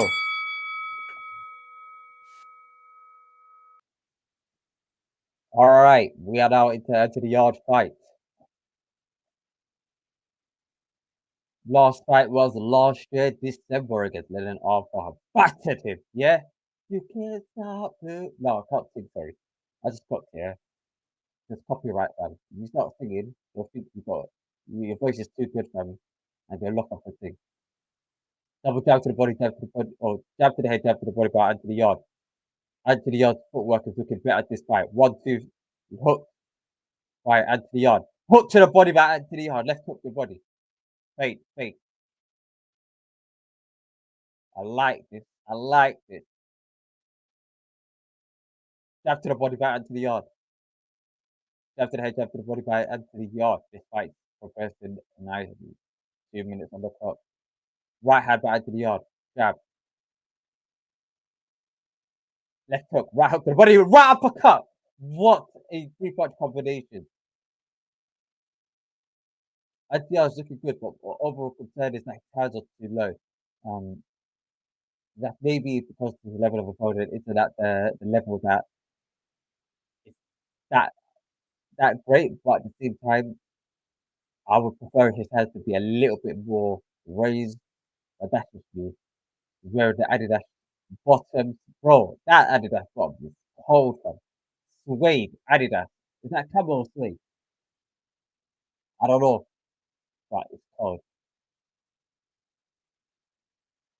Jab by Anthony Yarde. Double jab.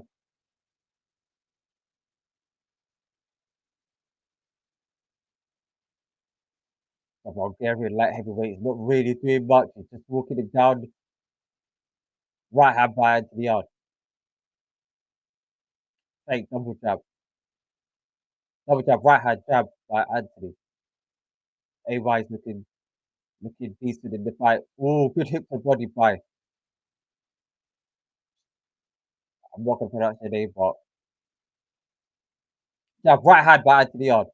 36 on the clock. Can he knock him out in this round? Jab by AY. Jab by AY. Left hook by Koikov. Right hand by Anthony Yarde. Double jab, double jab. Double jab.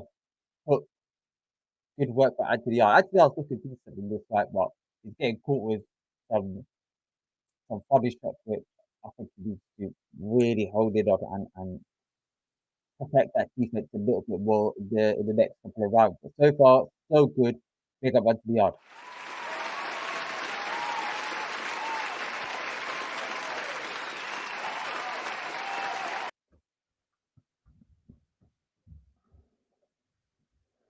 See what you man are saying. I think a lot of you guys are predicting the early part of the first half of the fight when Anthony Yarde KO. I think that's as expected because of the level that he's at. We expect him to to knock this guy, to get him the hell out of here. And I'm sure today, Ajayi and James Cook are thinking in this similar fashion. A part of me also feels that this guy could be very durable. I think this kid, I say kid, I don't know how old his brother is, but he could be extremely durable. His kid could be absolute dynamite. He looks like that brother as well. He looks like the Punisher.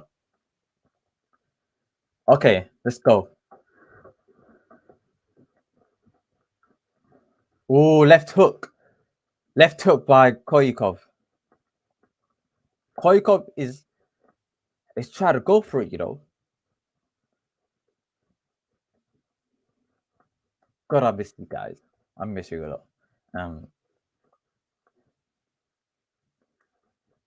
Double jab. Left hook by Anthony Yarde. Anthony Yarde's shots are so powerful, fam.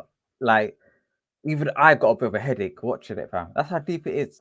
Like, just watch the power shots, fam. God damn. Wait, right hand.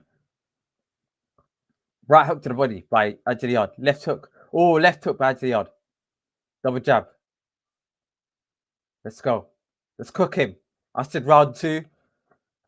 Hope to see you don't miss with his predictions. Let's go. A minute, 50 seconds on the clock between the Anthony Yarde versus Koikov fight. This is a fight that you're looking to be a tuned up ahead of the Beterbiev clash. Minute and a half on the Anthony Yarde clock. Left hook, right hook to the body by Anthony Yarde. Right hand by Anthony Yarde. Left hook, right hand by Anthony Yarde. Let's go. Let's go. Right hand by Anthony. Jab. Jab. Left hook by Anthony. Right hand. Feint, feint, feint. Roll, feint. So far, so good. Minute on the clock. Left hook. Anthony Yarde, left hooks are just landing clean, bro. This brother must have some chin of dynamite, fam. Some Bulgarian chin, fam. Quality, fam. Right. Oh, god damn, my belly. Woof. Right uppercut to the body, fam. But god damn, man. That I felt. Oh, god damn. That hurt, man. You know it hurt, fam. Watch him. Right hand by Anthony Yarde. 30 seconds on the clock. Let's go.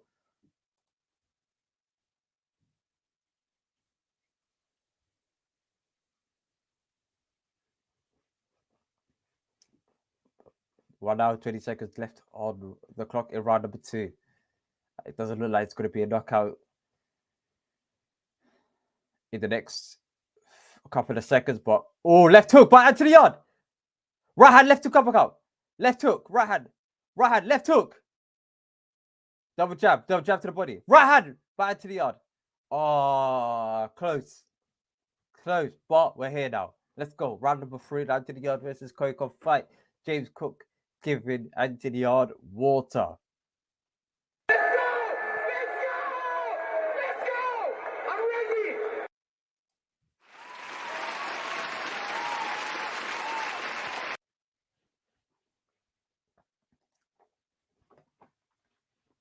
Shout out my jabber as well. Repping the Somali community. Come on. We're out here doing our thing. You're done now. What was that, round 1 already done? Yeah, absolutely. Yeah, but in round number 3, I thought it was going to be second round KO. Could have been. He's a little bit more tougher not to crack. You know, pause.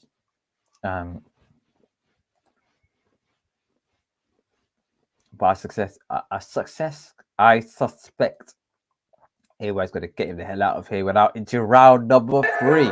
Let's go.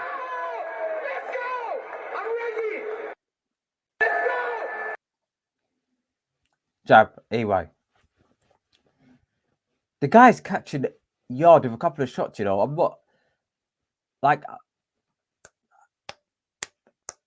ring rust, I get it, but defense got to be a little tighter. Offense is good, defense a little bit tighter, but so far so good. I'm happy with what AY is doing. Let's go. Jab by AY. Yarde looks massive, you know. I can't lie. Right hand by Anthony Yarde. Jab by Anthony. Jab by Anthony. Anthony just is rushing, bro. Right hand by Anthony Yarde. Jab. Right, jab again. Here we go. He took just to pepper him, find that range again, and then wallop him towards the back end of the round. Koikov on the back foot. Koikov don't want the smoke. I understand.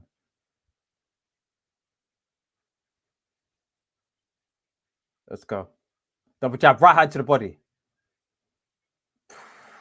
Right uppercut by Anthony Yarde. Double jab. No, this is a victim play, fam. No, Koikov is looking like a victim in there, fam. It's peak, fam. Right uppercut by Anthony Yarde. Left hook to the body by Anthony Yarde. Backed up to the corner. Onto the rope. Left hook. Oof. The body shots, fam. The body shots, fam. God damn. Oh, right hand from upstairs. Double jab, right hand. Double jab, right hand, left hook. AY is letting his hands go. AY is about to pile it in on him. Let's go. Let's go. I'm ready. Jab. Right hand, left hook, uppercut. Right hand by Anthony. Left hook by Anthony. Left hook by Anthony. Right hand by Anthony. Left hook. Oh! Knocked down. Don't tell me about my dog. I know my dog. Knocked down. The referee's counted it off, and it's all over. Don't tell me about my dog. I know my dog. What a performance from Anthony AY Yarde. A good win under his record against the number one Bulgarian. Well, number 1 out of 9 Bulgarian. But regardless of that, we have got a big fight with AY versus Beterbiev next. Good performance for him today. He's speaking with Koikov. Shout out Koikov, man. Pick him up. Good win. Bro, we knew it, fam. Someone said third round prediction. Who was it? Somebody said it, fam. Go give them their flowers, man. Ah, bruv. Someone. Missed it.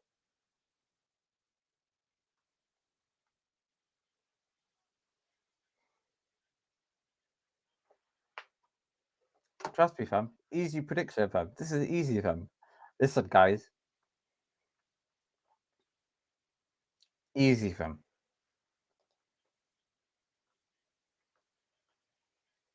That's it. Pastor got this one right.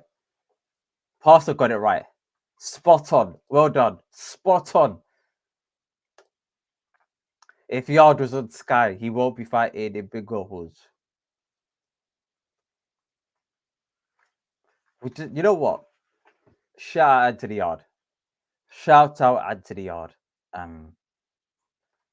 Good win. Well, you know, it's not the best winner's record, but it's a good what's that thing called again? You know, ring rust fight. Good win. Lies to their cap. Talk to me. This guy is done. Good job.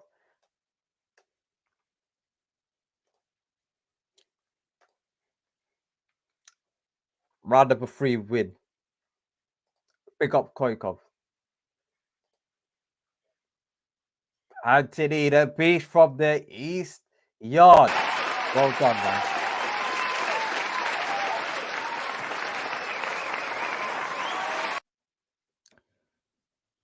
Well, remarkable performance.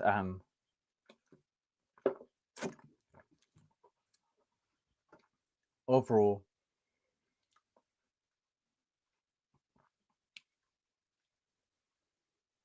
good win. Obviously, was now to then fight Beterbiev. A couple of things to maybe work on from my perspective. I thought I thought maybe timing could have been better early, the early part of the round fight. I also believe maybe the defense could have been a tad bit more secured. But overall, it was a good performance from Anthony Yarde. But having been 1 year out the ring, it showed that he was a little bit ring rust. But the big one is next, the title fight against the unified light heavyweight champion of the world, arguably the baddest man on the planet, in Artur Beterbiev. That fight will take place hopefully at the O2 Arena next year sometime. So it's exciting stuff that probably will happen anywhere between February or January to March. First quarter of next year. I don't think it's going to happen anytime afterwards of the Ramadan. So I think that fight will happen maybe February, April, something like that. No, February, March at the very least. So good win. Boom. Round number 3 by Anthony A.Y. Yarde. Good win. Onwards and upwards. Good. Look, I'm watching the knockout again. Left hook again. Right hook to the body. Right uppercut. Come on, man. Good win. He raises his right hand in the air. Well done, Anthony Yarde. I want to see the post-match interview. I want to see what he says, how he assesses his performance, what he thought, his thoughts on the upcoming fight that he has with the best, arguably the best light heavyweight in the world. Him and Bivol were up there as neck and neck, the best light heavyweights in the world, especially after Bivol's performance against Ramirez the other day. Good win, very good win. If you've watched the Misfits card, when is it? I weren't gonna watch it, but you know what? They did entice me, No, not entice me, but that clip that I saw, I had it up here somewhere. Where was the clip? Let me show you what I mean. I will find it. Where is it?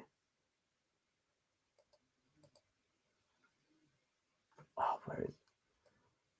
I don't think it allowed me to download it, because I think it's that big for file. Here we go, Anthony Yarde speaking.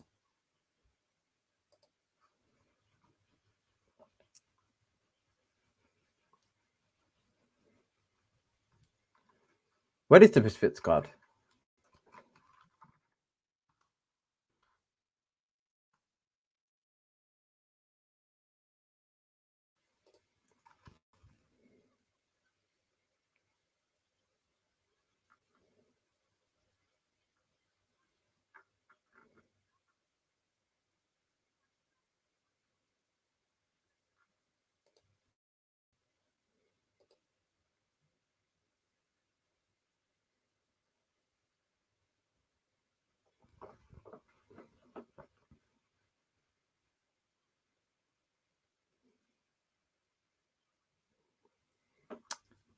Anthony Yarde says his performance wasn't flawless. George Warren, shout out George Warren, man. I gave him a lot of credit over the last couple of months.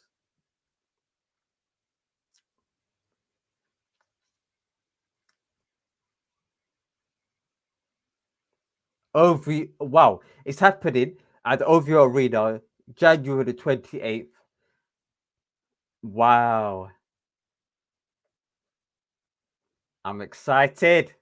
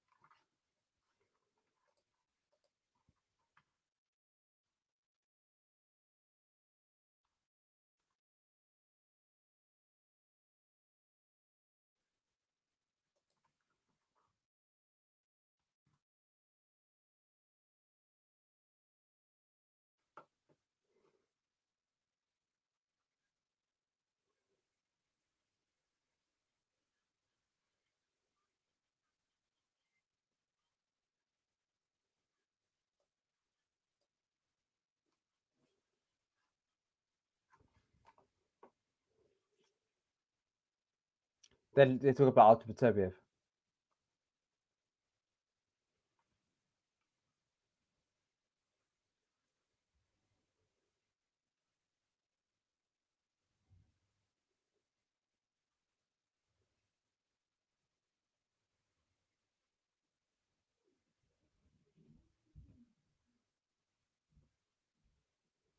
Now they're talking about him, and Turbiev had a story, and a heroic story if he were to win that fight, and his career so far having 12 amateur background, 12 amateur fights. That's happening on January 28th. Okay, Misfits cards happening. I think it's at 4 a.m. Let me just check. We need to know. We need to know the UK time, bro. That's what I want to know from. What is the UK time? All right, 4 a.m. Interesting. On pay per view as well.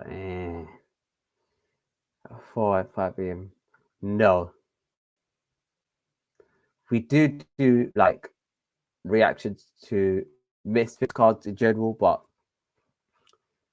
3-4 a.m. in the morning is yeah. For like Hasib Rahman Jr. Nah, fam, on the pay per view against Greg Hardy.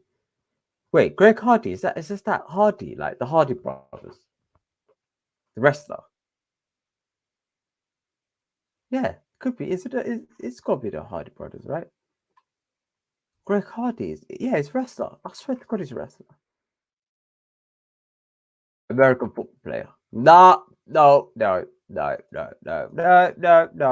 not doing it.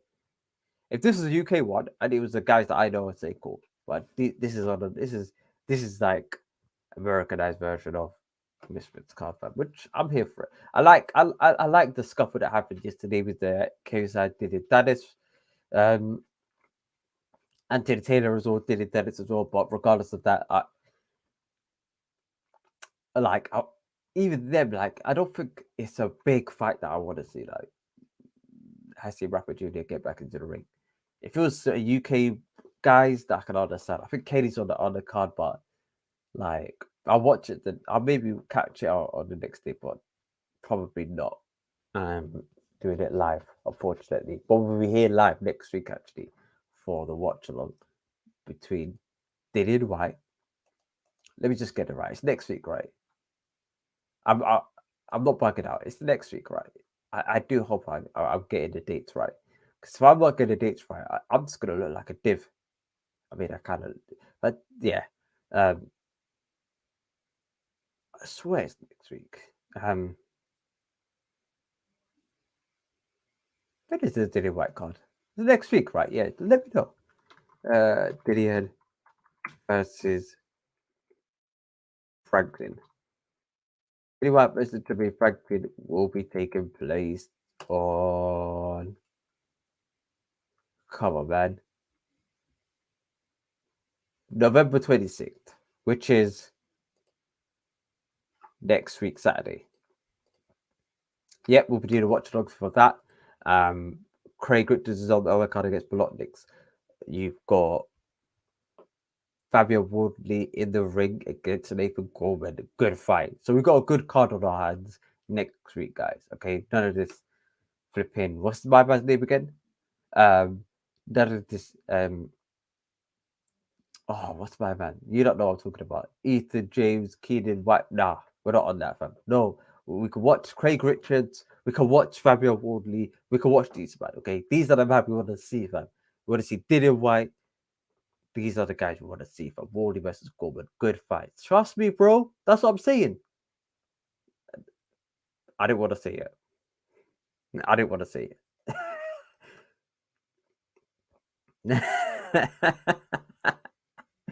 Shout out to Misfits, guys, man. Wade Concept, Ade, shout out Ade Oladipo, man. First ever guest on. Were you the first? No, it was on. But he's one of the first official guests on the channel. Much love to Ade Oladipo, man. Always show love, care, and support to the channel as well. To wish we a happy birthday as well. Big him up, man. Shout out, Ade. Koikov let me down. Nah, bruv. Mario, fam. Nah, bruv. Nah, man. He done his thing, man. He tried his best. Like, come on, man. He weren't rubbish, man. He weren't rubbish, man. Come on, Mario, man. I know he's your Bulgarian brother, but he done okay, man. He done okay, man. And if he keeps, like, how old is he? 30 years old. Okay. Like, if he keeps pushing it, he could definitely make, like, I don't know, like a decent level. I'm not saying he's going to be fantastic, but I think if he carries on, like, he'll be okay. When I watched him today, he weren't that bad. He weren't on the level of Anthony Yarde. So I think that if he has some top level fights, gives them a run for their money, maybe he's out of the wrong weight class. Anthony Yarde looked massive compared to him. Maybe because Anthony Yarde was 180 pounds, close to 180, and he was weighing in at around 100 and what was his last weight? 176, and before that 17. I don't know, man. I think he might be actually a super middleweight. But yeah, maybe AY was a bit on the bigger side, but that defeats that's besides the point. He was a game opponent, man. Good opponent, man. Didn't let you down. Come on. Koikov did well, actually. Yeah, man. That's what you trust me. But Pulev never let me. Well, Pulev does his thing, man. Shout out Pulev. Well, Pulev is a bit of a nut outside of the ring, but let's not get into it, fam. Yeah. I see Rafa Junior sucks. Do you want to say it, fam? Wardy versus Goodwood is a good fight. Agreed. Next week there is also Regis. That's what I'm doing. Regis Progress versus Payda. I'll be doing that as well. Parker versus Ryder and White versus Franklin and Wardley versus Gorman. Craig Richard versus Bolotnik. Good weekend of boxing next week, guys. Next week we'll be having a boxing will be on another level. Okay. Do you know what? Progress versus Payda may not do it depending on a couple of things, because I'll be going to Travis's show on Sunday. Early hours of the morning streamers.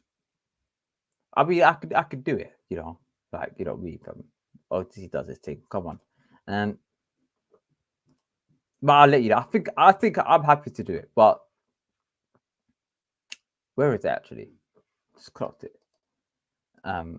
If it's the usual places, New York, LA, the usual places, yeah, we're doing it. If it's in like Australia, fam, flipping some other places, yeah, it'll be kind of looking a bit long. You know what I mean? But I did they having roid rage on a date, bro. This guy, I don't know what he's on for. Hella street fights, fam. Hella smoke for no reason. There is a higher chance of Joy Joyce to fight Pulev in February. I'm all in for that. No, actually, nah.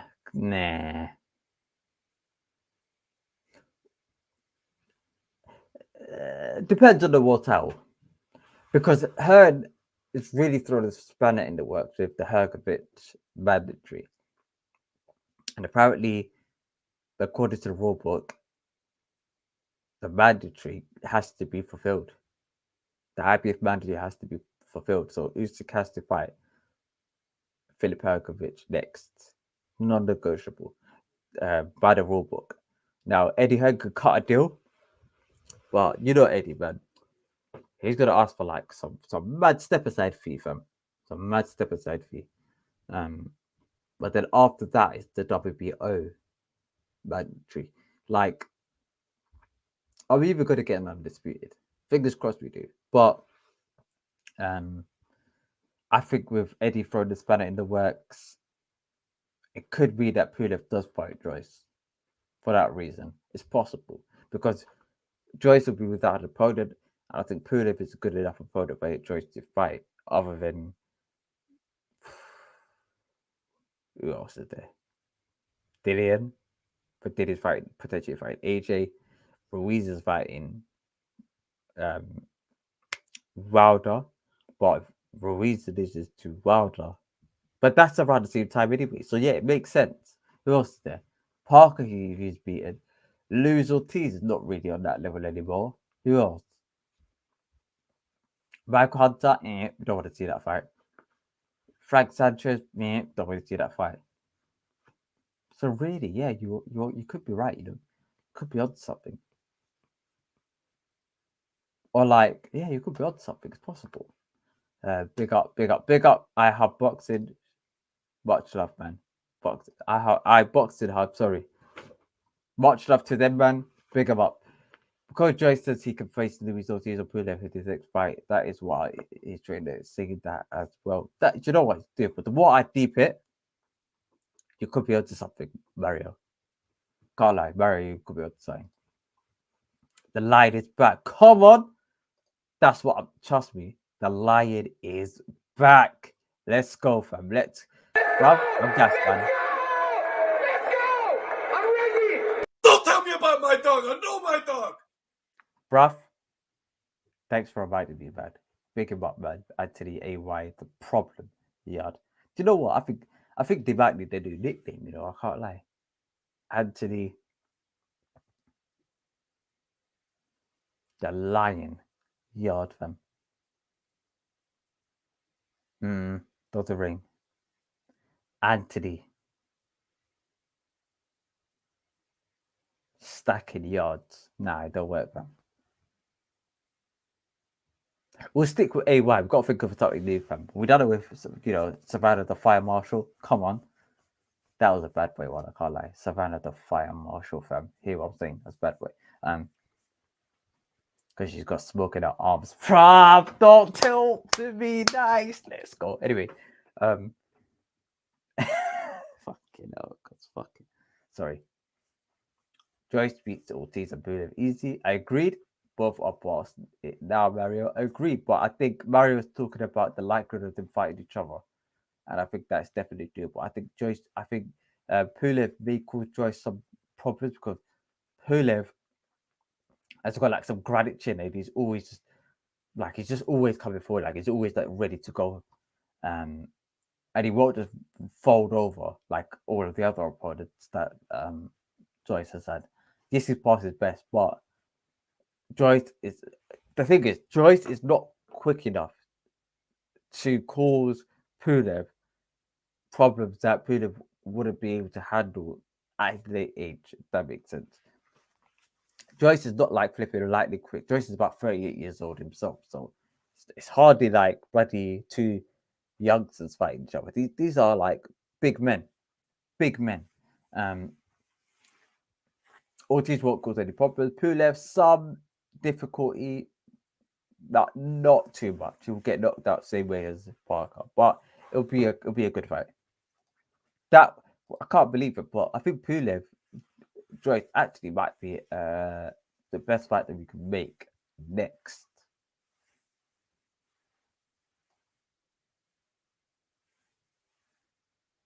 Yeah. The more you deep it, yeah. Because everyone else is either he's either fought them before, they fight somebody else, or it won't be stylistically on. Like, for example, what's that Chinese guy's name again? You don't know what I'm talking about. The Chinese heavyweight, 49. I think it's 40 years old now. Fought Philip Perkovic. Zili Zhang. He's decent, but I prefer to see Pulev in against Joyce, the Zhang in against Joyce. That's in my opinion. Although actually, the more you deep it, I think Joyce versus Zhang will do better numbers if that was in like China. Joyce versus Zhang in China. Good. That commercially might be actually a better fight for him.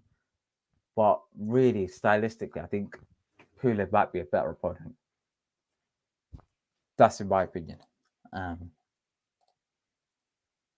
Anthony front yard. Anthony front yard. Now, because that sounds a bit mad, yeah. Because Anthony backyard. Anthony front yard. You got to think of it, man. We're on the right track. I know what you man talking about. We're on the right track. We're on the right track. They both have good jobs, good jabs. Yeah, I agree. Yarde is a great chant. Absolutely. Zhang, yep, that's what I'm talking about. Pulev and Ortiz are both done, man. They should fight each other and the loser retires. I think they both should retire, but if I was retiring, okay, if you're Pulev, you're retiring, I'd fight Joe Joyce. If I beat Joe Joyce, I get a mandatory slot at the world title next against Alexander Usyk. Bruv, that's a and for Joe Joyce, that's an easy left. You know, that's a credible opponent, but still good enough to cause you some level of discomfort. Good name to have in your record. Available. Good viewing for the fans. Stylistically and how that fight could play out, I think it's better than Frank Sanchez. And a Jagba actually could be a good fight, you know. A Jagba's too dangerous. A Jagba versus Joe Joyce in Nigeria. Bro. A Jagba versus Joe Joyce in Nigeria. And that could set up AJ versus Wilder in Nigeria as well. I think you could have Zhang versus Joe Joyce in China. Okay, make a big spectacle of it. Could be on something. Could be on something.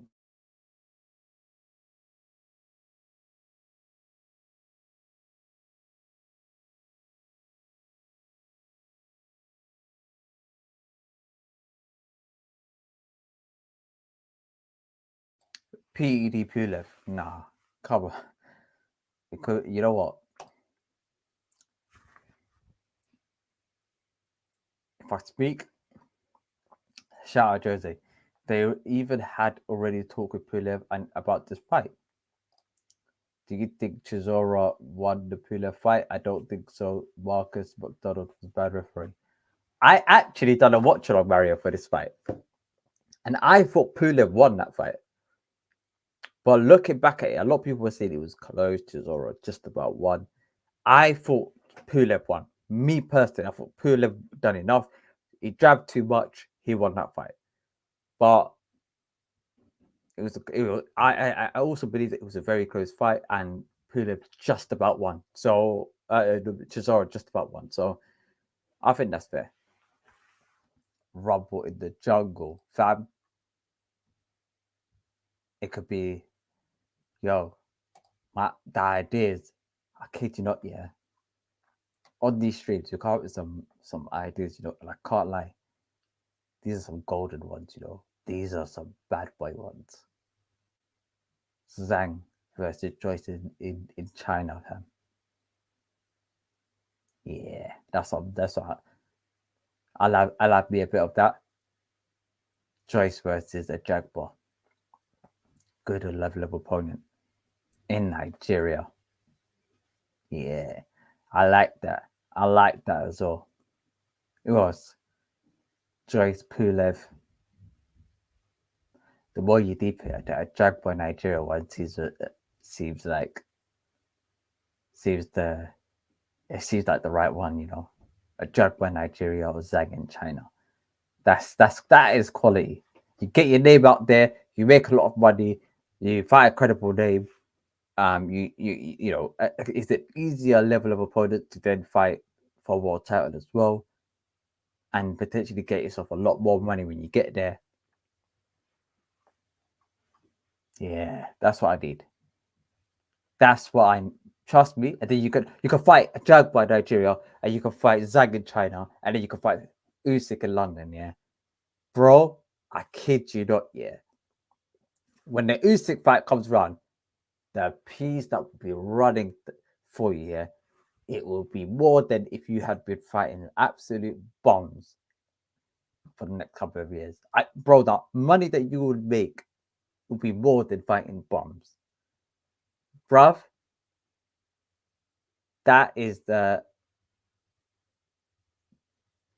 what we need, fam. My 100 Cloverfield boy, bro. Do you know what? We call him Cloverfield boy because right now I don't know what my man's on. Is they'll present a case and they will use it to negotiate a short of bad term. If he gets bad guilty, straight up, I'll be honest with you guys. If you can't prove his innocence, guilty. You got pop dirty.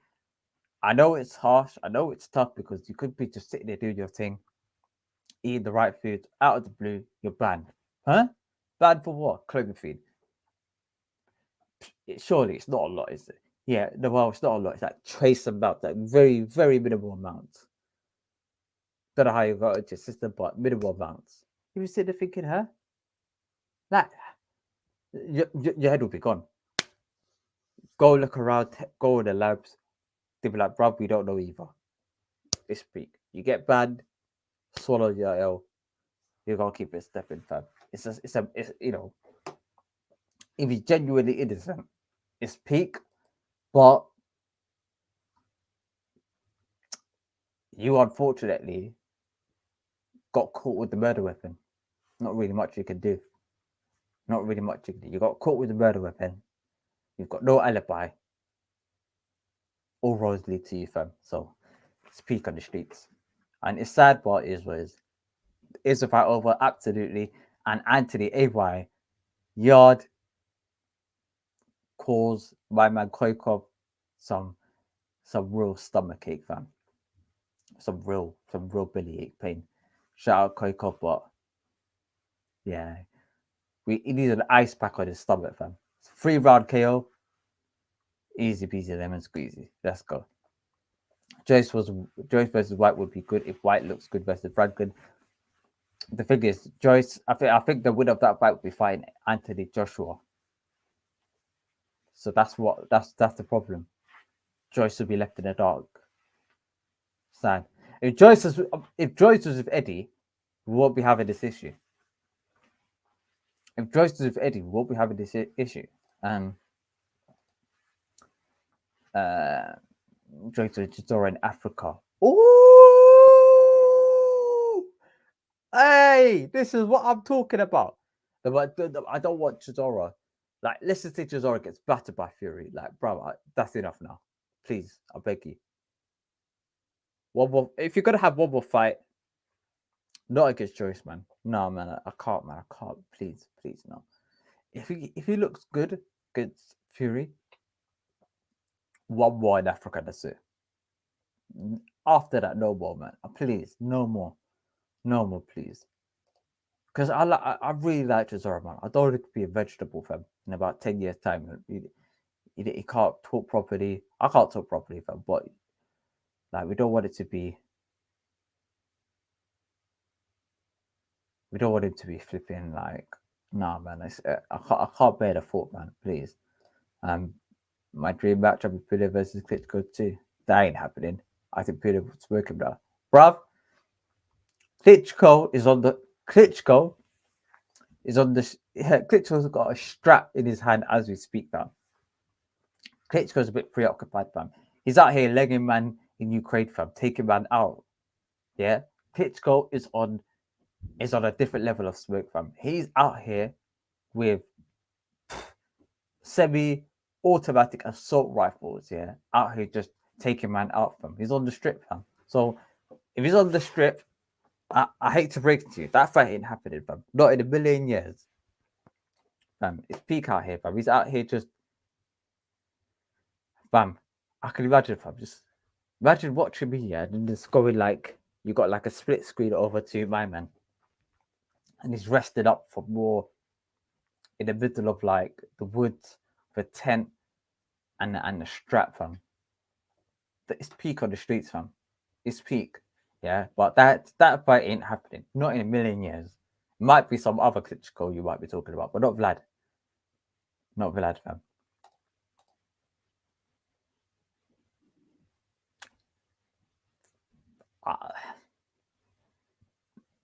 I like. Do you know what it is? you can pop dirty in boxing for like a bad, but it's tough because it's not really. I don't know, man. I need more information, man. I need if they ban him, guilty, fam. But right now, I don't know, man. I'm on the fence. But if he is found guilty, sorry, but like you don't know how my man, like is what it is, fam. Like, it's all fair game. I wanted to do well, but you know what I'm saying. There's morals in it. I missed the fight, man. Oh, it'll be like I say this now. The highlights will be like 1 minute because it was an absolute piping. Pause. I agree. If Fury goes in there and does to Derek what he did to White and Wilder, then Derek should retire immediately. Absolutely. Yeah, we don't want that. We don't want that level of that smoke, fam. How did you see Fury versus Derek going?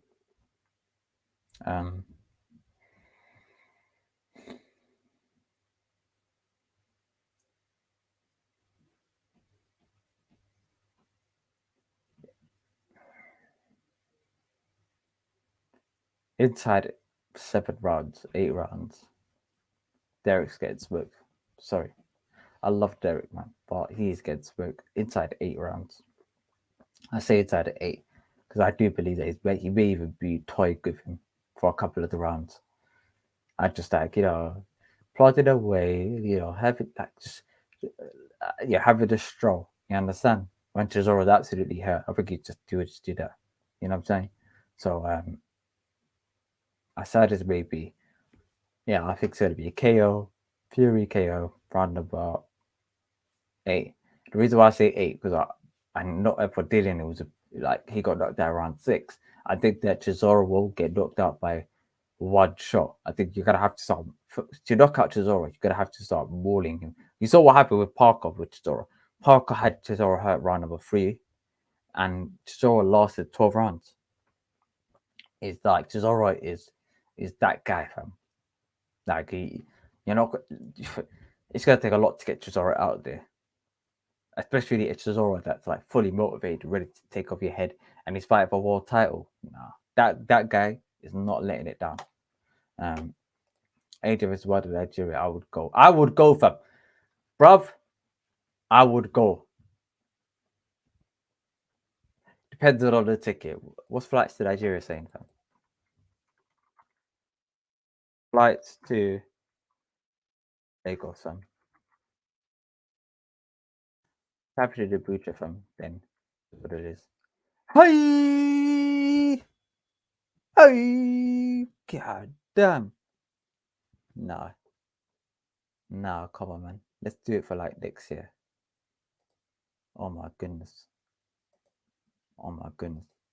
Obviously 1.3k, 1.2k. A whole bag for flights to Nigeria.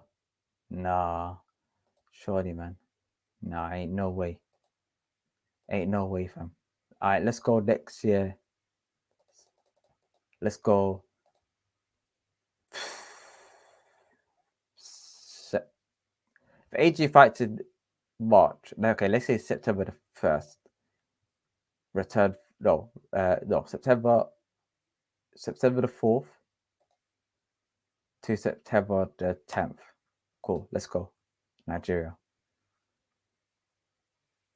Bomber Clark. We're looking at. Nah, 9 bills, 8 bills. Nah, because that is a mad one. That is a mad one. A whole bag. Nah, that's mad. That's mad, fam. We'll see, though. We'll see. I love to go, though. Katie Taylor as well. I want to go Katie Taylor versus whoever at the Crook Park, if possible. That's an island, fam. Surely flights to Ireland ain't gonna be that, bruv. Don't take the piss, fam. Where is Croke Park actually? I think it's in Dublin.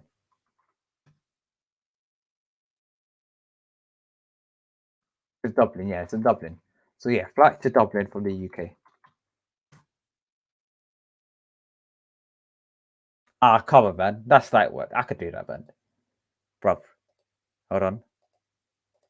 All right, let's do it for next year, April. Let's say April the 1st. Bruv, it's not even a bill. Bruv, it's like 20 quid. Nah, man, I'm going that one. Easy.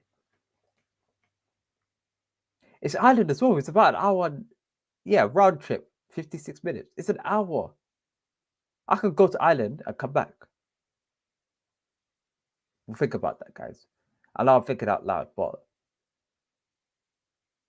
Katie Taylor Ireland and then brought back. Stay all night, maybe. I'm down for that. White and Hey KO Derek with one shot and he walked up with Fury lazy about it, and Derek gets too aggressive, to be honest. But White and Hey got more of a natural power than Fury. Agreed. That's the thing. White, I don't think Fury can knock out the door with just one punch, but I do believe that just Fury can just maul him down, and it's going to be an absolute battery. Like close to the time I'm going to give my prediction, but overall it's going to be a Fury KO. Fury KO. It's not going to be nothing else but that. But this has been. We're not watching that last fight for Big Man thing. I ain't on it, fam. Sorry, guys. If you're fans of flipping my man, that's fighting up BT Sport, best of luck to watching that. But I ain't watching that because I can't lie. Anyway, I'll be here next week for the Dillian versus Dillian versus Jimmy Franklin fight next week, Saturday. All my social medias are in here and also the comment section below. If you go on my YouTube channel, you'll see it on the header, like in the corner. Just click the Instagram, Twitter. That's where I mainly on Twitter. That's where I post a lot of my stuff. And you'll get news of when I'm going to post, when I'm going to upload videos throughout the week, and whether and when what times we're going live as well. So as well as the community page. Okay. Much love to all of you lot for the care, love, and support. You lot have been absolutely amazing. I thought it was going to be an absolute flop of a show today because we had a good fight, but you lot came through, and I really appreciate the support you lot been provided. So, till next time, peace, love, prosperity, and I'm going to see you in the next video. Peace.